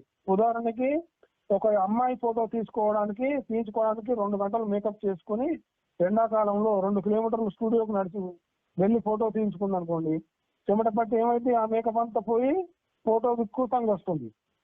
మరి 2 గంటలు చేసిన మేకప్ వ్యర్థమే కదా. అట్లనే జన్మ కూడా ఫోటో లాంటిదే. మరణ సమయంలో ఏ భావన ఉంటుందో అదే జన్మ ఖాయం అవుతుంది. అందుకని అంతే నారాయణ స్మృతి అని చెప్తుంది వేదం మనకు. అంతే సమయంలో నారాయణను స్మరించు, ఆ నారాయణ దగ్గరికి వెళ్తారు అని చెప్తుంది అన్నట్టు. అంటే అదే విధంగా లేడి జన్మ ఎత్తిన ఈ భరతుడు మళ్ళీ మరణించి బ్రహ్మజ్ఞానంతో ఒక బ్రాహ్మణుని ఇంట జన్మిస్తాడు అన్నట్టు. ఏ మమతా బంధాలలో చిక్కుపడకూడదని ఏమీ తెలియని మాటలు కూడా సరిగా రాని వాడే అట్లా రానివాడు నటిస్తూ ఉంటాడు అన్నట్టు. జడుడు లాగా ఉండడం వల్ల అతన్ని జడభరతుడు అని పిలువసాగింది అన్నట్టు అందరూ. అతని తల్లిదండ్రులు మరణించగా అన్నలు వదినలు అతన్ని ఇంటి నుండి పంపి పొలంలో ఒక మంచం వేసి అక్కడే ఉండమంటారు అన్నట్టు. ఒక రోజు ఒక బందిపోటు దొంగ తనకు కుమారుడు కలిగితే అమ్మవారికి ఒక మనిషిని బలిస్తానని మొక్కుకుంటాడు. భక్తుడైతాడు, తన్మయుడైపోతాడు. అప్పుడు ఆ మొక్కుని మిత్రులతో కలిసి బలి ఇవ్వడానికి మనిషిని వెతకడం ప్రారంభిస్తాడు అన్నట్టు. ఏమి మాట్లాడని భరతుని చూసి ఈ బ్రాహ్మణుడు చక్కగా ఉన్నాడు కాబట్టి బలి ఇవ్వడానికి శ్రేష్టమని భావించి తీసుకొని వెళ్తారు. వారి బలి ఇవ్వపోగా అప్పుడు ఆ దారుణం చూసి సహించిన అమ్మవారు ప్రత్యక్షమై ఆ విగ్రహం కాళీమాత విగ్రహం పగలగొట్టుకొని అందులోకి వెళ్ళి ప్రత్యక్షమై తన చేతిలో ఉన్న మహాఖడ్గంతో ఆ దొంగలందరినీ చంపేస్తుంది. ఆమె భక్తులు అయినా కూడా, ఎందుకు ఇతడు వైష్ణవ స్థితిలో ఉన్నాడు కాబట్టి జడభరతుడు అలా చంపేస్తుంది అన్నట్టు. అంటే ప్రారంభం తీరలేదు అనుకుని ఆ భరతుడు నడుస్తూ ఉండగా అటువైపు ఒక పల్లకి వెళ్తుంది. అందులో రహుగణుడు అనే రాజువారు సత్సంగానికి వెళ్తూ ఉంటాడు. అందులో ఒక పల్లకి పోయి అనారోగ్యం పాడైతుంది అన్నట్టు. దానివల్ల వీర కొబ్బరి కోసం చూస్తుంటే ఈ భరతుడు కనిపిస్తున్నట్టు. గట్టిగా బొద్దుగా ఆరోగ్యంగా ఉన్న భరతుడిని తీసుకొచ్చి పల్లకి మోయించడం మొదలు పెడతారు. కానీ భరతుడు కింద చూస్తూ చూస్తూ చీమలు వచ్చినప్పుడల్లా దూకుతూ వాటిని తొక్కకుండా అటు ఇటు పక్కకు నడుస్తూ ఉన్నాడు అన్నట్టు. దానివల్ల పల్లకి ఏమైతుంది, ఈ కుదుపులకు గురవుతుంది. కోపగించిన రఘుగణ చక్రవర్తి కిందకు చూసి పాపం బక్క చిక్కిపోయి ఎముకల గూడులా ఉన్నాడు, నడవలేకపోతున్నాడని వ్యంగ్యంగా మాట్లాడతాడు. కానీ ఈయన బొద్దుగా ఆరోగ్యంగానే ఉంటాడు అన్నట్టు. అప్పుడు భరతుడు మొదటిసారిగా మాట్లాడతాడు. ఏమని? జీవన్మృతత్వం ఏమైనా రాజన్ ఆద్యంత్యవద్యం వికృతస్తదృష్టం స్వామ్య భావో ధ్రువ ఈడ్యయత్రత హర్యుచ్యతే సౌవిధి కృత్య యోగ పహ అని చెప్తున్నాడు. అంటే నీవు ఎవరిని శిక్షించాలనుకుంటున్నావు మహారాజా, నాకు నీవు శిక్ష వేయలేవు. ఎందుకంటే లావుగా సన్నగా ఉన్నది శరీరము, నాకు చావు లేదు, నేను ఆత్మను. ఈ శరీరాన్ని నీవు ఏమైనా చేసుకోవచ్చు, ఆనంద రూపమైన ఆత్మను నన్ను నీవు ఏమి చేయలేవు అని చెప్తాడు. అది వినగానే రాజు జ్ఞానోదయమైన ఆ రాహుగణ చక్రవర్తి వెంటనే పల్లకి దిగి భరతుని కాలం మీద పడ్డాడు. సద్గురువు చేత మోయబడ్డవాడు పరమాత్మ దగ్గరికే గాని నరకానికి వెళ్ళడు కదా. భరతుడు రాహుగణకి ఆత్మతత్వాన్ని బోధించి ఇది తెలుసుకుని ప్రపంచంలో మసలాలి అని చెప్పగా భరతుని ఆశ్రయించిన రాహుగణ చక్రవర్తి పరమపదాన్ని పొందుతాడు. అంటే పూర్వం తప్పిపోయిన లేడి పిల్లయే మళ్ళీ రహుగణ రాజులాగా వచ్చి భరతుని చేరిండు అనేది ఇక్కడ అర్థం చేసుకోవాలి. భరతుడు కూడా తదుపరి పరమపదాన్ని పొందుతాడు తర్వాత. ఈ విధంగా జడభరతుని వృత్తాంతం ఎంతటి వాళ్ళకైనా సరే మమతానుబంధాలు ఏ విధంగా జన్మలకు కారణమవుతాయో తెలియజేస్తాయి. కాబట్టి మరణ సమయంలో ఆలోచించవలసింది పరమాత్మ రూపమేనని గుర్తెరిగి మసలుకోవాలి మనం. మన పక్కన ఏం చేస్తారు, ఇక జీవుడు పోయే టైంలో అయ్యో పోతున్నావా నాన్నగారు, అయ్యో పోతున్నావా అమ్మగారు అని ఏడుపులు తూడుపులు పెడబొబ్బలతోటి అందరూ ఏం చేస్తారు, ఆ జీవికి కనీసం భగవంతుని కలుసుకునే స్థితి కూడా ఇవ్వరన్నట్టు ఈ యొక్క బద్ధ జీవులందరూ కూడా. అప్పుడు ఆ జీవుడు ఏం చేస్తాడు, అయ్యో ఇది నా భార్య, ఇది నా భర్త, నా పిల్లలు, వీళ్ళందరూ ఏమైపోతారో, ఎట్లా బతుకుతారో ఈ ఆలోచనలో పడిపోతాడు. అంతే భౌతిక కుటుంబ స్మరణం చేస్తున్నాడు అంతే సమయంలో. అప్పుడు ఏమవుతాడు, మరి భగవంతుని దగ్గరికి వెళ్తాడా, మళ్ళీ కర్మానుసారే జీవితం జనన మన చక్రంలో పడి మళ్ళీ కొట్టుకుపోతూనే ఉంటాడు జీవుడు. ఇది పరిస్థితి. ఆ తర్వాత ఏం చెప్తాడు సుఖదేవ మహర్షి, అజాతుని చరిత్ర చెప్తున్నాడు అన్నట్టు. ఈ సుఖ మహర్షి పరిస్థితికు 14 భువనాల గురించి తెలియజేసిండు. భూమికి క్రింద ఉన్న లోకాలు అతల విత్తల సుతల తలాతల మహాతల రసాతల పాతాల లోకాలు, పైన ఉన్నవి భువర్లోక స్వర్గలోక మహర్లోక గణలోక తపోలోక సత్యలోకము. ఈ లోకాలన్నీ కూడా 50 కోట్ల యోజనాల విస్తీర్ణంతో వ్యాపించున్నవి. భూమికి 99,000 యోజనాల కింద యమపురి ఉన్నది. భూమికి కింద 99,000 యోజనాల కింద యమపురి ఉన్నది. దానిలో రౌరవ, మహారౌరవ, కుంభీపాత, అచిపత్ర ఇలాంటి 28 రకాల నరకాలు ఉన్నాయన్నట్టు. అక్కడ పాపం చేసిన వాళ్ళు వారి కర్మలను అనుసరించి ఈ 28 రకాల నరకాల్లో శిక్షించబడతారు అని సుఖ మహర్షి చెప్తున్నాడు.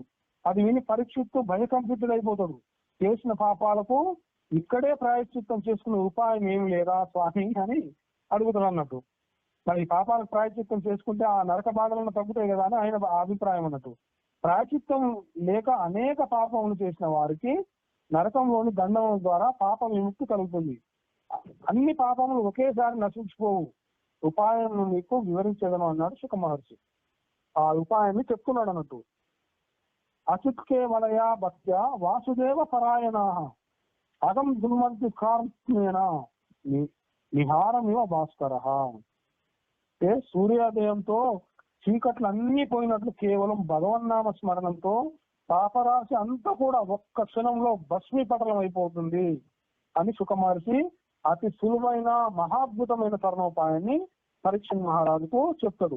అప్పుడు ఆ పరీక్షిత్తు ఎవరైనా పాపి ఆ విధంగా తరించినచో దయచేసి ఆ కథను కూడా నాకు వినిపించండి అని కోరుతాడు అన్నట్టు.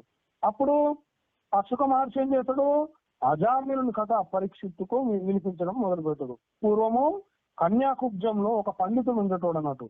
అతని పేరు అజామిలుడు. ఒకరోజు కట్టెల కోసం అడిగి వెళ్ళిన ఈ అజామిలునికి అక్కడ ఒక వేశ్యను చూసి మోహితుడవుతాడు. ఎలా మోహితుడవుతాడు? ఆ వేశ్య ఒక విటునితోటి కలిసి ఆ పువ్వు పొదల మధ్యలో అతనితో సంభోగం చేస్తున్నప్పుడు ఈ పూలు కోసే అటువంటి అజామిలుడు ఆ యొక్క పువ్వు పొద రంధ్రాల నుండి ఆ వేశ్యను చూస్తున్నప్పుడు ఆ వేశ్య యొక్క పాలిలో అటు ఇటు కదులుతూ ఉండగా ఆ వేశ్య ఆ విటుడు ఇద్దరు సంపర్కంలో ఉండగా ఇతని మనస్సు విచలితమైపోతుంది. విచలితమైపోయి ఆ యొక్క వేశ్య యొక్క అందానికి ఇతడు ముగ్ధుడైపోతాడు అన్నట్టు. అప్పుడు ఈయన భక్తి భావం నుండి ఆ వేశ్య యొక్క అందానికి ముగ్ధుడైపోయి అక్కడ ఆ వేశ్య పట్ల ప్రేమను పెంచుకుంటాడు, మోహితుడైపోతాడు అన్నట్టు. ఆ వేశ్య చింతనతోటి ఈ అజామిలుడు ధర్మ విముఖుడైపోతాడు, సదాచారం వదిలేస్తాడు. ఇలా చెప్పగానే పరీక్షిత్ అయ్యో అంతటి పండితుడేంటి వేశ్యామోహంలో ఎలా చిక్కుకున్నాడు అని అడిగితే శుక మహర్షి భగవంతుని మాయలో చిక్కుకోనని వారుండరు అని చెప్తాడు. ఒక ఉదాహరణ చెప్తాడు. పూర్వం ఒక వృద్ధ సాధువు పెళ్లి ఊరేగింపులో ఏం చేస్తాడు, ఆ పెళ్లి కొడుకును చూసి తాను కూడా పెళ్లి చేసుకుంటే బాగుంటుందని అనుకుంటాడు. ఎవరు? వృద్ధ సాధువు. అలా ఆలోచించి ఊరు బయట ఒక బావి చెప్తా మీద కూర్చుండి నిద్రపోతాడు అన్నట్టు. అతనికి వివాహం జరిగినట్టు, ఒక కుమారుడు ఒక కుమార్తె కలిగినట్లు కల వస్తుంది అన్నట్టు.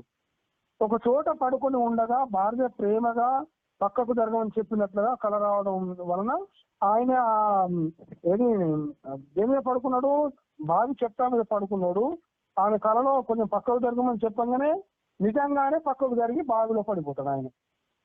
ఊరి వాళ్ళందరూ వచ్చి అతన్ని పైకి తీస్తారు. అంటే ఒక పెళ్లి ఊరేగింపు చూస్తేనే మాయలో పడి బావిలో పడ్డా అనుకుని ఆ సాధు అగ్నిలోకి వెళ్ళిపోతాడు ఊర్లో ఉండకుండా. అంటే మాయ అనేది ఎంత విచిత్రంగా ఉంటుందో మనం అర్థం చేసుకోవచ్చు. అంతా కలే, కానీ భగవంతుడే తన వాడని తెలుసుకున్నవాడు. కాబట్టి బుద్ధిమంతుడైపోయి క్షణమైన దుస్సాంగత్యంలోకి వెళ్ళకూడదు మనం. అంటే అంత మన వాళ్ళే వీళ్ళందరూ కూడా. అంటే కొంతమంది ఏం చేస్తారు, సత్సాంగత్యం దుస్సాంగత్యం రెండు ఉంటాయి. కానీ దుస్సాంగత్యంలో ఉన్న వాళ్ళు కూడా మన స్నేహితులు అయినప్పుడు ఏం చేస్తాము, వాళ్ళతో మాట్లాడటము, వాళ్ళతో సాంగత్యం చేయడం వల్ల మన మనస్సు, మన భావన, మన ఆలోచన, మన పవిత్రత అన్ని కూడా దెబ్బతింటాయి. అప్పుడు కూడా మనం దుస్సాంగత్యంలోకి వెళ్ళిపోతాం. అందుకనే మనం ఎప్పుడు కూడా సత్సాంగత్యంలోనే ఉండే ప్రయత్నం చేయాలి. సత్సాంగత్యం అంటే నిత్యము సత్కర్మలు, దైవిక కర్మలు, భగవంతుని యొక్క సాంగత్యము, ఇవన్నీ చేసే వాళ్ళతోటి మనం ఉంటే మనకు మంచి భావనలు కలుగుతాయి, మంచి ఆలోచనలు వస్తాయి, మంచి కర్మలు చేస్తాం, మంచి ఉత్తమ సద్గతులు పొందుతాం మనం కూడా. అందుకని అజామిలుడు ఆ వేశ్యను బతిమలాడి ఇంటికి తీసుకొని వస్తాడు. ఆమె మోహంలో పడి ఆమెను సంతోష పెట్టడానికి ఎన్నో పాపాలు చేసిండు అన్నట్టు. అంటే ఈయన ఉన్న భక్తి మార్గాన్ని వదిలేసిండు. ఆ పిల్లలు అంటాడు, ఆ పిల్లలను పోషిస్తూ ఆ వేశ్యకు దాసుడుగా జీవించడం అయిపోతాడు అన్నట్టు, దాసుడు అయిపోతాడు. ఒకసారి అజామిలుడు ఇంట్లో లేని సమయంలో కొంతమంది మహాత్ములు వాళ్ళ ఇంటికి వస్తారన్నట్టు. గర్భవతి అయిన ఆ వేశ్య వారిని సత్కరించింది. సత్పురుషుల సందర్శనం ఏదైతే ఉంటుందో ఆ దర్శనంతో ఆమె పాపాలన్నీ కూడా నశించిపోతాయి అన్నట్టు. ఇంతలో అజామిలుడు కూడా అక్కడికి వచ్చి వీళ్ళని చూసి ఆనందించి ఆదరిస్తాడు అన్నట్టు. అప్పుడు ఆ మహాత్ములు అజామిలుడితోటి నీవు పుట్టబోయే బాలునికి నారాయణ అని పేరు పెట్టు అని చెప్పి కొంతసేపు వాళ్ళ ఇంత భగవన్నామ సంకీర్తన చేసి వెళ్ళిపోతారు. కొంతకాలానికి వీళ్ళకి ఒక కుమారుడు పుడతాడు. అజామిలుడు ఏం చేస్తాడు, వాడికి నారాయణ నామకరణం చేస్తాడు. ప్రేమగా పెంచుకుంటూ ఉన్నాడు అన్నట్టు. అంటే చివరికి మృత్యు సమయం ఆసన్నమైనప్పుడు యమదూతలను చూసి గజగజ వణికిపోతున్న అజామిలుడు భయంతో దూరాన ఉన్న కొడుకును ఆడుకుంటున్న ఆ చిన్న కుమారుని చూసి నారాయణ నారాయణ గట్టిగా పలుకుతాడు 3 సార్లు భయపడి. ఆర్తితోటి నారాయణ శబ్దం ఉచ్చరించడం వల్ల విష్ణు పార్షదులు అక్కడికి ప్రత్యక్షమవుతారు, అక్కడికి వచ్చేస్తారు విష్ణు దూతలు. వచ్చి ఆ యమదూతలను వాళ్ళతో యుద్ధం చేసి వాళ్ళని తరిమి వేస్తారు అన్నట్టు. పంపించేసి తెలిసి అయినా కూడా తెలియక అయినా సరే ఈ నారాయణ శబ్దం పలకడం వల్ల పాపరాశి మొత్తం దగ్ధం అయిపోతుంది అని చెప్పడం విన్నటువంటి ఆ అజామినుడు జ్ఞానవంతుడై భగవన్నామాన్ని చెప్పించి వైకుంఠానికి చేరుతాడు అన్నట్టు. అంటే యమభటులు ఇది పునర్జన్మ అన్నట్టు, మళ్ళీ రెండో జన్మ ఆధ్యాత్మిక జన్మ తీసుకోవడానికి ఆ యొక్క విష్ణు దూతలు యమదూతలకు కలిగిన సంవాదాన్ని వినడం వల్ల ఈ యొక్క అజామినుడు మళ్ళీ జ్ఞానాన్ని తెచ్చుకొని ఏం చేయాలి నేను అనేది అర్థమైపోయి వెంటనే భగవన్నామాన్ని కీర్తిస్తూ భగవద్ధామానికి వెళ్ళిపోతాడు అన్నట్టు. అంటే యమభటులు ఎవరిని నరకానికి తీసుకొని రావాలను, ఎవరిని తీసుకొని రాకూడదు అని అంటే యమధర్మరాజు చెప్తాడు యమభటులకు, ఎప్పుడు భగవన్నామం స్మరించని వారు, ఎప్పుడు భగవన్నామం పలకని వారు, ఎప్పుడు భగవంతుని యొక్క దివ్య కథలను జరుగుతున్నప్పుడు కూడా శ్రవణం చేయని వారు వీళ్ళు ఎవరైతే ఉంటారో వాళ్ళని తీసుకొని రా, నా దగ్గరికి తీసుకురాదగిన వాళ్ళు అని చెప్తారు. మళ్ళీ ఎప్పుడు భగవంతుని నమస్కరించని వాళ్ళు నరకానికి తీసుకురాదగిన వాళ్ళు అని చెప్తున్నాడు ఇక్కడ. అంటే ఈ రహస్యము మలయ పర్వతం పైన కుంభజ మహర్షి నాకు తెలియజేసినాడు అని సుఖ మహర్షి పరీక్షిత్తుతో అజామిలం చేతుగా చరిత్ర వినిపిస్తాడు అన్నట్టు. అంటే ఏదో తెలియక కుమారుని పేరు నారాయణ అని పిలిస్తేనే వైకుంఠ ప్రాప్తి కలిగితే, ఇక తెలిసి భగవంతుని స్మరిస్తూ నారాయణ అని పిలిస్తే దాని శక్తి అనంతం కదా అని సుఖదేవుడు పరీక్షిస్తున్నట్టు తెలియజేస్తాడు అన్నట్టు. మ్రియమానో హరేర్నామ గుణన్ పుత్రోపచారితం అజామిల్యోపెద్ద గాద్ధామ కిం పునః శ్రద్ధయా గుణన్ అని చెప్తుంది మన శాస్త్రం. ఇక తర్వాత పరీక్షిత్ మహారాజుకు ఈ యొక్క సుఖ మహర్షి ఏం చెప్తున్నాడు, ప్రహ్లాద చరిత్ర గురించి కూడా చెప్తున్నాడు. ఈ పరీక్షిత్ మహారాజు సుఖ మహర్షిని ఒక అద్భుతమైన ప్రశ్న వేస్తాడు. ఏమని, మహర్షి భగవానుడు నిష్పక్షపాతి అంటారు కదా, మరి భగవానుడు నిష్పక్షపాతి అంటారు కదా, మరి ఆయన అవతరించినప్పుడు ఎప్పుడు కూడా రాక్షసులను మాత్రమే ఎందుకు వధిస్తాడు, ఇంకా దేవాసుర సంగ్రామాలలో కూడా దేవతల పక్షమే వహిస్తాడు కదా, ఇది పక్షపాతం కాదా అని ప్రశ్నిస్తాడు అన్నట్టు. అప్పుడు సుఖ మహర్షి భగవంతుడు చేరడానికి ఏం చెప్తాడు, 5 మార్గాలను తెలియజేస్తాడు. అవేంటి, వరుసగా ప్రేమ, భయము, వైరము, పారివాహిక సంబంధము, భక్తిభావము. గోపికలు తీవ్రమైన ప్రేమ చేత, కంసుడు భయం చేత, శిశుపాలుడు దంతవక్తులు వైరం చేత, యదువంశీయులు పాండవులు చుట్టరికం చేత, అనేక మంది భక్తులు భక్తి భావం చేత భగవంతుని చేరుడు. యదా వైరానుబంధేన నర్త్యస్తన మయయా మియాతి మతదా భక్తి యోగేన ఇది మే నిశ్చితామతి. అంటే భగవంతుణ్ణి ఏ భావంతోనైనా తన్మయత్వంతో తనని స్మరించడం కావాలి. ఫస్ట్ వెంటనే తన దయను కురిపిస్తాడు భగవంతుడు. నిజానికి శత్రుత్వంతో స్మరించినంతగా కూడా భక్తితో స్మరించలేరు. మనం ఏ బంధంతో ప్రార్థిస్తే స్మరిస్తే ఆ బంధంతో కరుణిస్తాడు భగవంతుడు. భగవంతుడికి బద్ధ శత్రువులకు నిలిచిన అంటే భగవంతునికి బద్ధ శత్రువుగా నిలిచిన హిరణ్యకశిపుని కుమారుడు ఎవరైతే ఉన్నారో ప్రహ్లాద్ మహారాజు, రాక్షసుడైనా కూడా అతన్ని రక్షించలేదా, భగవంతుడు రక్షించాడు కదా అని ఈ సుఖ మహర్షి ప్రహ్లాదుని కథను వినిపిస్తాడు అన్నట్టు. భగవంతుడు వరాహ రూపంలో హిరణ్యాక్షుని వధింపగా అతని సోదరుడు హిరణ్యకశిపుడు విష్ణు విరోధిగా మారి మందరాచలంపై బ్రహ్మను గురించి తపస్సు ప్రారంభిస్తాడు అన్నట్టు. దేవతల కోరిక మేరకు ఏం జరుగుతుంది, బృహస్పతి ఒక చిలుకగా మారి అక్కడ చెట్టు కొమ్మపై కూర్చుని నారాయణ నారాయణ అనడం మొదలు పెట్టిండు బృహస్పతి. తపోభంగం జరిగిన హిరణ్యకశిపుడు మళ్ళీ దీక్షతో తపస్సు ప్రారంభిస్తాడు. అతని శరీరంపై పుట్టలు పెరిగిపోయినాయి. బ్రహ్మదేవుడు ప్రత్యక్షమై వరం కోరుకోమంటాడు అన్నట్టు.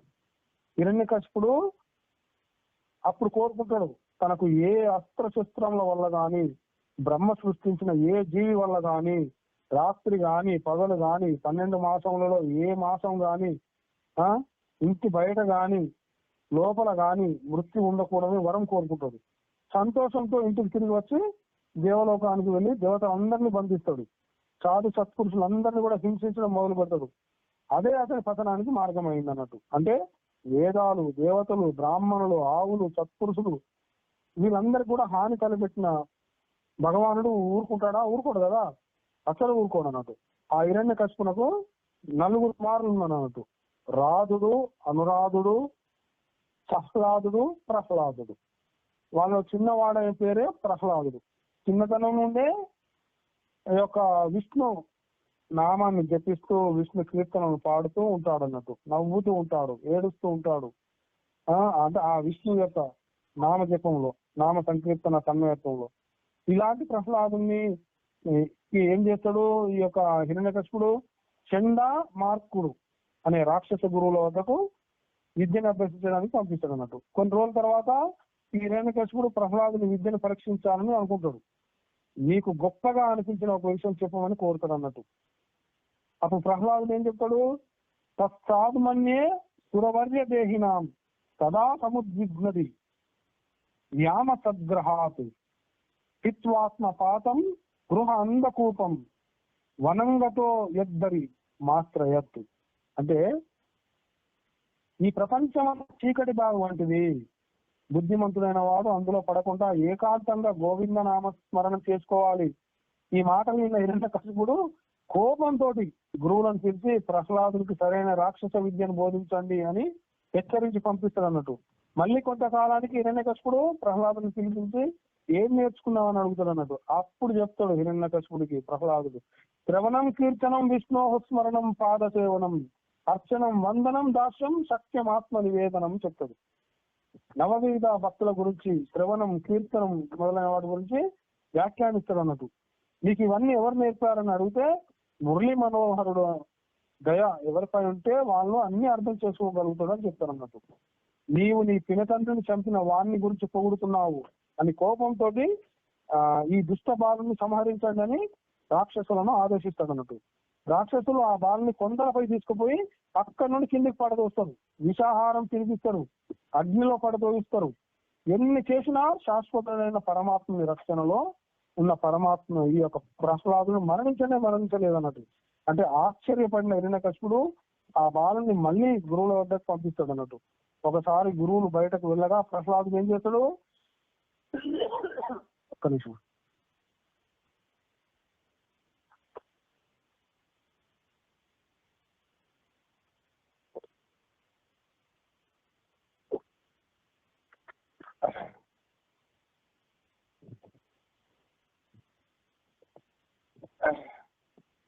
ఆ ప్రహ్లాదుడు ఏం చేస్తాడంటే రాక్షస బాలులతోటి దాగుడు మూతల ఆట ఆడించింది అన్నట్టు. అది జీవాత్మ పరమాత్మ ఆట. భగవంతుడు తనలో నుంచి దాక్కుని అంటే అదృశ్యంగా ఉన్న జీవులను బయటకు తీసి సృష్టి గావించడం, మళ్ళీ బయటకు వచ్చిన జీవుడు భగవంతుడు కనుక్కోవడానికి వెతుకుతూ ఉండడం. ఆ ఆట నచ్చిన రాక్షసుల బాలుడు ఏం చేస్తారు? మన గురువులు ఇవి చెప్పరుగా, మరి నీవెక్కడ నేర్చుకున్నావని అడుగుతారు అన్నట్టు. ప్రహ్లాదుడు ఏం చెప్తాడు? నా అసలైన గురువు నారదుడు, నేను తల్లి గర్భంలో ఉండగానే నేర్చుకున్నానని చెప్తాడు అన్నట్టు. హిరణ్యకశిపుడు తపస్సుకు వెళ్ళినప్పుడు గర్భవతి అయిన అతని భార్య కయాదును ఇంద్రుడు తీసుకుని వెళ్తూ ఉన్నప్పుడు నారదుడు వాళ్ళని అడ్డగించేసి ఆయన ఆశ్రమానికి ఈ కయాదును తీసుకొచ్చాడు అన్నట్టు. అక్కడ ఆమె నిద్రిస్తూ ఉన్నప్పుడు ఒకసారి నారదుడు చేసిన ఉపదేశం ఏదైతే ఉంటుందో ప్రహ్లాదునికి వినబడి గ్రహించి ఆ విషయాన్ని మొత్తం కొడుతూ వింటాడు అన్నట్టు. ఈ విషయము తెలుసుకున్న ఆ రాక్షస బాలందరూ కూడా ప్రహ్లాదుతో కలిసి ఈ యొక్క భగవన్నామ సంకీర్తనం చేయడం మొదలు పెడతారు. ఇంతలో వాళ్ళ గురువులు వస్తారు అన్నట్టు. ఈ హిరణ్యకశిపుడు అక్కడికి వస్తారు గురువులు కూడా. ప్రహ్లాదుని సభలోకి తీసుకువచ్చి ఈ హిరణ్యకశిపుడు, మూర్ఖ ప్రహ్లాదుడా, నీకు నన్ను ఎదిరించే శక్తి ఎక్కడి నుండి వచ్చిందిరా అని అడుగుతాడు. అప్పుడు ప్రహ్లాదుడు, అందరికీ శక్తినిచ్చింది ఆ పరమాత్ముడే కదా తండ్రి గారు, అయితే ఆ పరమాత్ముడైన విష్ణువు నా ముందుకు వచ్చి కనబడలేట్రా అని హెచ్చరిక భావంతో చెప్తాడు హిరణ్యకశిపుడు. ఈ స్తంభంలో ఉన్నాడా చెప్పు అని అడుగుతాడు గట్టిగా. భక్తి ఎక్కడ ఉంటే భగవంతుడు అక్కడ ఉంటాడని ప్రహ్లాదుడు చెప్తాడు. అప్పుడు ఆ భగవంతుడు హిరణ్యకశిపుడికి మన ప్రహ్లాదునికి నిత్యం ప్రతి స్థితిలో కూడా దర్శనం ఇవ్వాలని ఇస్తూ ఉంటారు. అప్పుడు ఆ స్తంభంలో కూడా ప్రహ్లాదునికి భగవంతుడు కనిపిస్తాడు. కనిపించినప్పుడు ఈ యొక్క స్తంభాన్ని ఈ పగల కొడితే మీ భగవంతుడు వెళ్తాడంటే కనిపిస్తాడని చెప్తాడు. అప్పుడు మిక్కి ఎంతో కోపంతో హిరణ్యకశిపుడు ఆ స్తంభాన్ని చేతితో ఇట్లా చరుస్తాడు అన్నట్టు. వెంటనే దాని నుండి నృసింహ భగవానుడు బయటకు వస్తాడు. సత్యం విరాటు నిజ వృత్య భాషితం వ్యాప్తిచో భూతేష్వలికేషు చాత్మన అదృశ్య తాత్యద్భుత రూప మృద్వహన్ తంబే సభాయాన్ న మృగం న మానుషం అంటే ఈ రకంగా స్తంభం నుండి ఉద్భవించిన సగం మనిషి సగం సింహంలో ఉన్న భీకరమైన నరసింహ రూపం చూసిన ఆ హిరణ్యకశిపుడు కొంచెం విభ్రాంతికి గురైపోతాడు అన్నట్టు. విభ్రాంతికి గురైపోయి ఇంతలో హిరణ్యకశిపుని పట్టుకొని ఆ ఒడిలో వేసుకుంటాడు. ఒడిలో వేసుకొని గట్టిగా పట్టుకున్నాడు నరసింహస్వామి.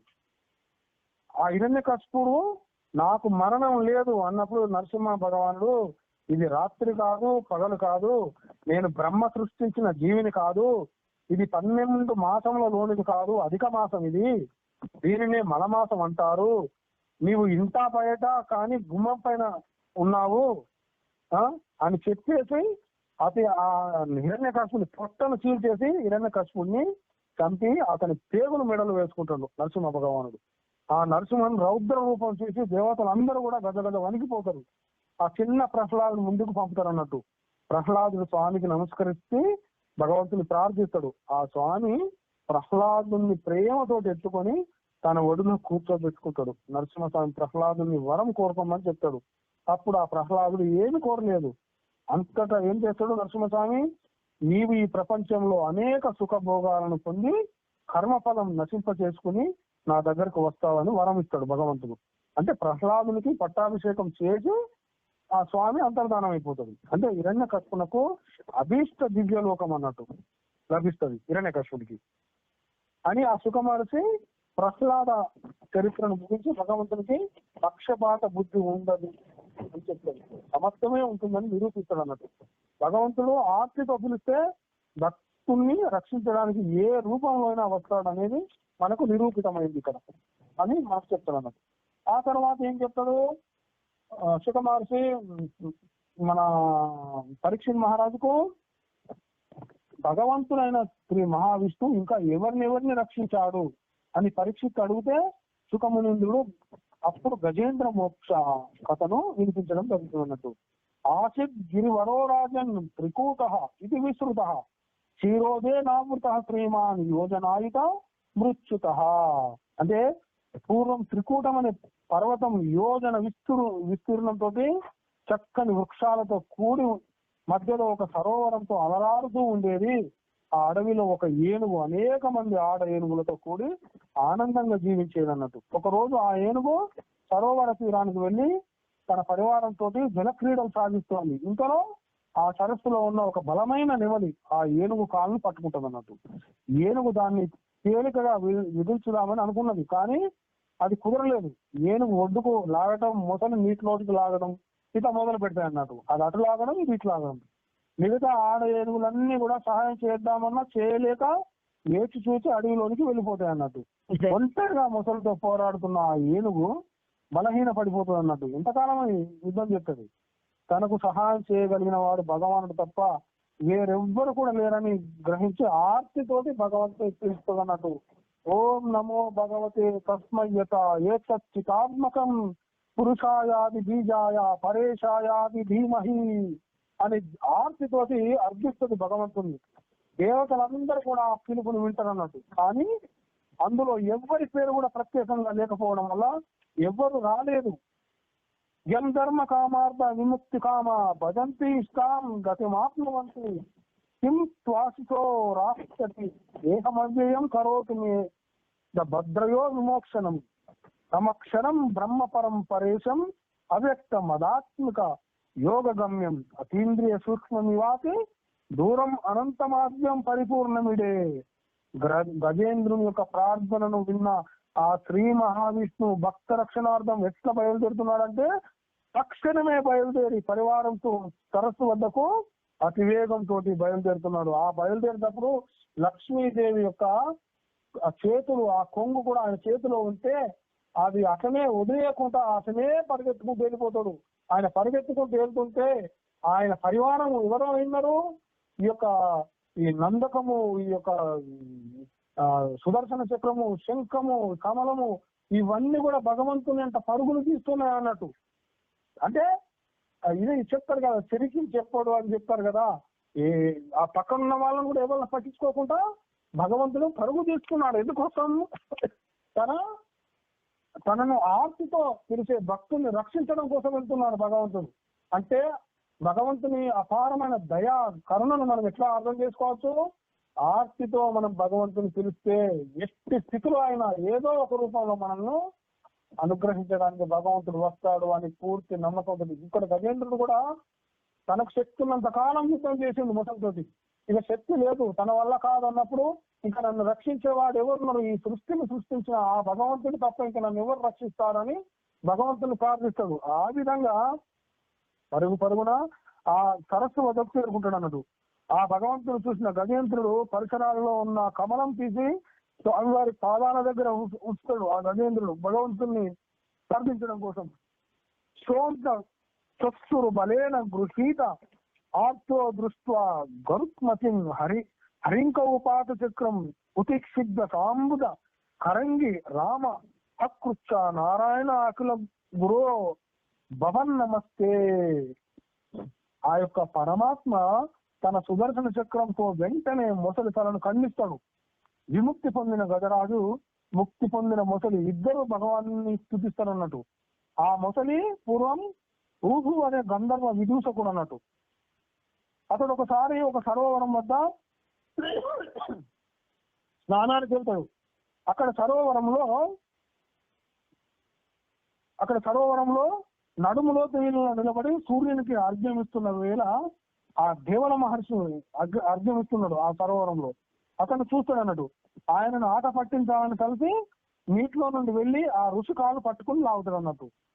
తనని పట్టుకున్న మొసలాన్ని భయపడి ఆ ఋషి పరిగెత్తగా ఆ ఊహు గంధర్వుడు నవ్వుతూ నీటి బయట ప్రత్యక్షమవుతాడు.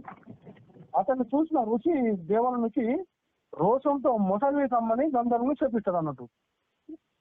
మరి ఆ మొసలిగా ఉన్న ఆ ఊహు ఈ భక్తుడైన గజేంద్రుని పాదాన్ని పట్టుకోవడం వల్ల మొదటగా విముక్తిని పొందిండు. ఎవరి పాదాలను పట్టుకున్నాడు? భక్తుడైన గజేంద్రుని పాదాలను పట్టుకోవడం వల్ల అట్లా పొంది పరనామం చేరుకుంటాడు అన్నట్టు. గజేంద్రుడు క్రితం జన్మలో ఇంద్రద్యుమ్న మహారాజు అనే భక్తుడు అన్నట్టు. విష్ణు భక్తుడైన ఇంద్రద్యుమ్నుడు ఏకాంతంలో భగవద్ధ్యానంలో ఉన్నాడు. అగస్త్యుని రాకను గమనించలేదని ఆగ్రహించిన అగస్త్యముని శాపం వల్ల ఇంద్రద్యుమ్నుడు గజేంద్రుడుగా జన్మించడం జరిగింది. అంటే పూర్వజన్మ పుణ్యఫలం వల్ల భగవంతుని కృపతోటి అంత్య సమయంలో ఆ భగవంతుని పిలవగలిగింది అన్నట్టు.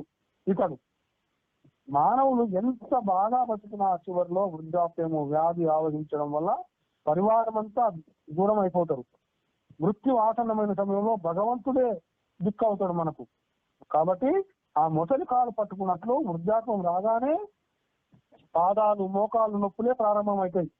మొసలి పట్టుకున్నట్టు మన పాదాల నొప్పులకు మోకాల నొప్పులు లాగా.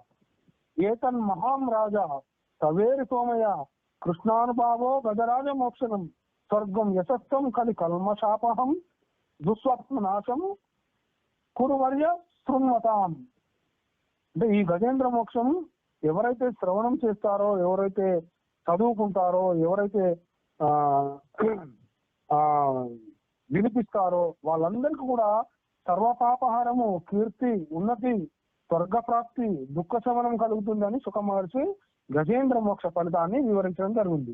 ఆ తర్వాత సుఖ మహర్షి చెప్పడం మొదలు పెడతాడు. ఒకసారి దుర్వాస మహర్షి సాగర మదనం కోసం దుర్వాస మహర్షి శ్రీ మహావిష్ణువు దర్శింపాలని వైకుంఠానికి వెళ్తాడు. అక్కడ శ్రీ మహావిష్ణువు దుర్వాసను చూసి సంతోషించి ఆయన మెడలో ఉన్న మాలను దుర్వాసుని మెడలో వేస్తాడు అన్నట్టు. అక్కడ నుండి వస్తూ ఉండగా దారిలో దుర్వాసునికి ఆ ఐరావతంపై ఎక్కి వస్తున్న ఇంద్రుడు కనిపిస్తాడు అన్నట్టు. వెంటనే దుర్వాస మహర్షి తన మెడలోని మాలను ఆశీర్వాదంగా ఇంద్రుని మెడలో వేస్తాడు. అది గ్రహించిన ఇంద్రుడు ఏం చేస్తాడు? ఈ దుర్వాసుడు తన మెడలోని మాలను నాకు వేసినందుకు కోపంతో, అంటే ఆయనకు వేసినందుకు కోపంతో ఆ మాలను తీసి ఐరావతం మెడలో వేస్తాడు. ఐరావతం ఏం చేస్తుంది? ఆ మాలను కింద పడేసి కాలుతో తొక్కుతుంది. అది దుర్వాస మహర్షిని చూస్తాడు అన్నట్టు. చూసి ఇంద్రుని నీ రాజ్య లక్ష్యం శీఘ్రంగా నిన్ను వదిలిపోతుందని చెప్పిస్తాడు. ఈ విషయం తెలుసుకున్న రాక్షస గురువు ఏం చేస్తాడు? శుక్రాచార్యుడు రాక్షసులను యుద్ధానికి పురుగలుపుతాడు అన్నట్టు. రాక్షసులు ఆక్రమణ చేసేసి దేవతలను యుద్ధంలో గెలిచి స్వర్గాన్ని ఆక్రమించుకుంటారు. అప్పుడు దిక్కుదోచని దేవతలందరూ కూడా భగవాన్ వద్దకు వెళ్ళి ప్రార్థిస్తారు. ఈ యొక్క సత్పురుషులను అవమానిస్తే ఫలితం ఇదే అని తెలిసిన నారాయణుడు వాళ్లకు రాక్షసులతో కలిసి సముద్ర మదనం చేసి అమృతం సంపాదించమని సలహా ఇస్తాడు అన్నట్టు. అంటే ఆగర్భశిస్తులైన రాక్షసుల సహాయం ఎలా కోరాలని దేవతలు సందేహిస్తారు. అంటే ఒక వ్యక్తి బట్టలు పెట్టుకోవడానికి ఒక మూత ఉన్న బుట్ట తెచ్చుకోగా అందులో ఒక ఎలుక చేరిందట. ఆ ఎలుక వాసన బట్టి ఒక పాము ఆ బుట్టలోనికి చేరడం గమనించిన వ్యక్తి బుట్టకు మూత పెట్టిండు. అప్పుడు ఆ పాము ఎలుకను తినకుండా తెలివిగా మిత్రత్వం నటించింది. ఇద్దరము తప్పించుకుంటాము, ఏదైనా ఉపాయం చూడమని అన్నప్పుడు ఆ ఎలుక తన పదునైన పండ్లతోటి ఆ బుట్టకు రంధ్రం పెట్టి చేసింది అన్నట్టు. పాము ఏం చేస్తుంది, దాని నుండి బయటకు వచ్చి మిత్రమా ఆ బయటకు వచ్చిన ఎలుకను మింగేస్తుంది అన్నట్టుగా. అంటే కాబట్టి మనకు బుద్ధి బలాన్ని ఉపయోగించి శత్రువుల సహాయం పొందవచ్చు అని తెలుపుతాడు అన్నట్టు. అంటే నారాయణుని మాటలు విన్న దేవతలు సాగర మదనానికి సిద్ధపడి రాక్షసుల వద్దకు వెళ్తారు. ఎంతో వినయంగా ఆయుధాలు లేకుండా వచ్చిన దేవతలను చూసి రాక్షసులు ఏమిటి విషయం అని అడుగుతారు. అప్పుడు దేవతలు మనము అన్నదమ్ములమే కదా, మన తండ్రి కశ్యపుడు, తల్లి మాత్రమే వేరు కదా, మా తల్లి అదితి, మీ తల్లి దితి, కాబట్టి మనందరము సముద్ర మదనం చేసి అమృతం సంపాదించి సేవించినట్లయితే ఎవరికి కూడా మృత్యు ఉండదు, అందరూ యుద్ధాలు చేయకుండా సంతోషంగా బతకవచ్చు అని చెప్తారు అన్నట్టు. అప్పుడు అది నమ్మిన రాక్షసులు కూడా సముద్ర మదనం చేయడానికి సిద్ధపడతారు.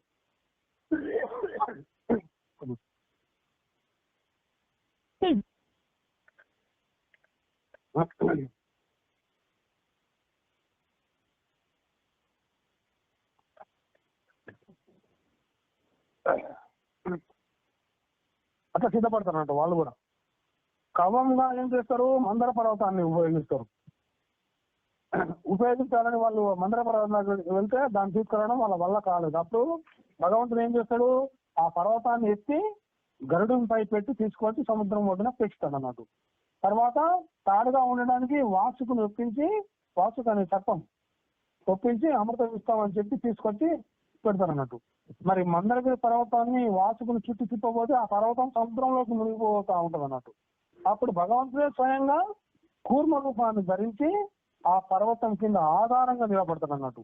అంటే వాసుకి తల వైపు ఊర్ధ్వలోకానికి చెందినవాడు కాబట్టి దేవతలు, తోక వైపు రాక్షసులు పట్టుకోమని భగవంతుడు చెప్తే దాన్ని అవమానంగా భావించిన రాక్షసులు వెంటనే తల వైపే పట్టుకుంటారు అన్నట్టు.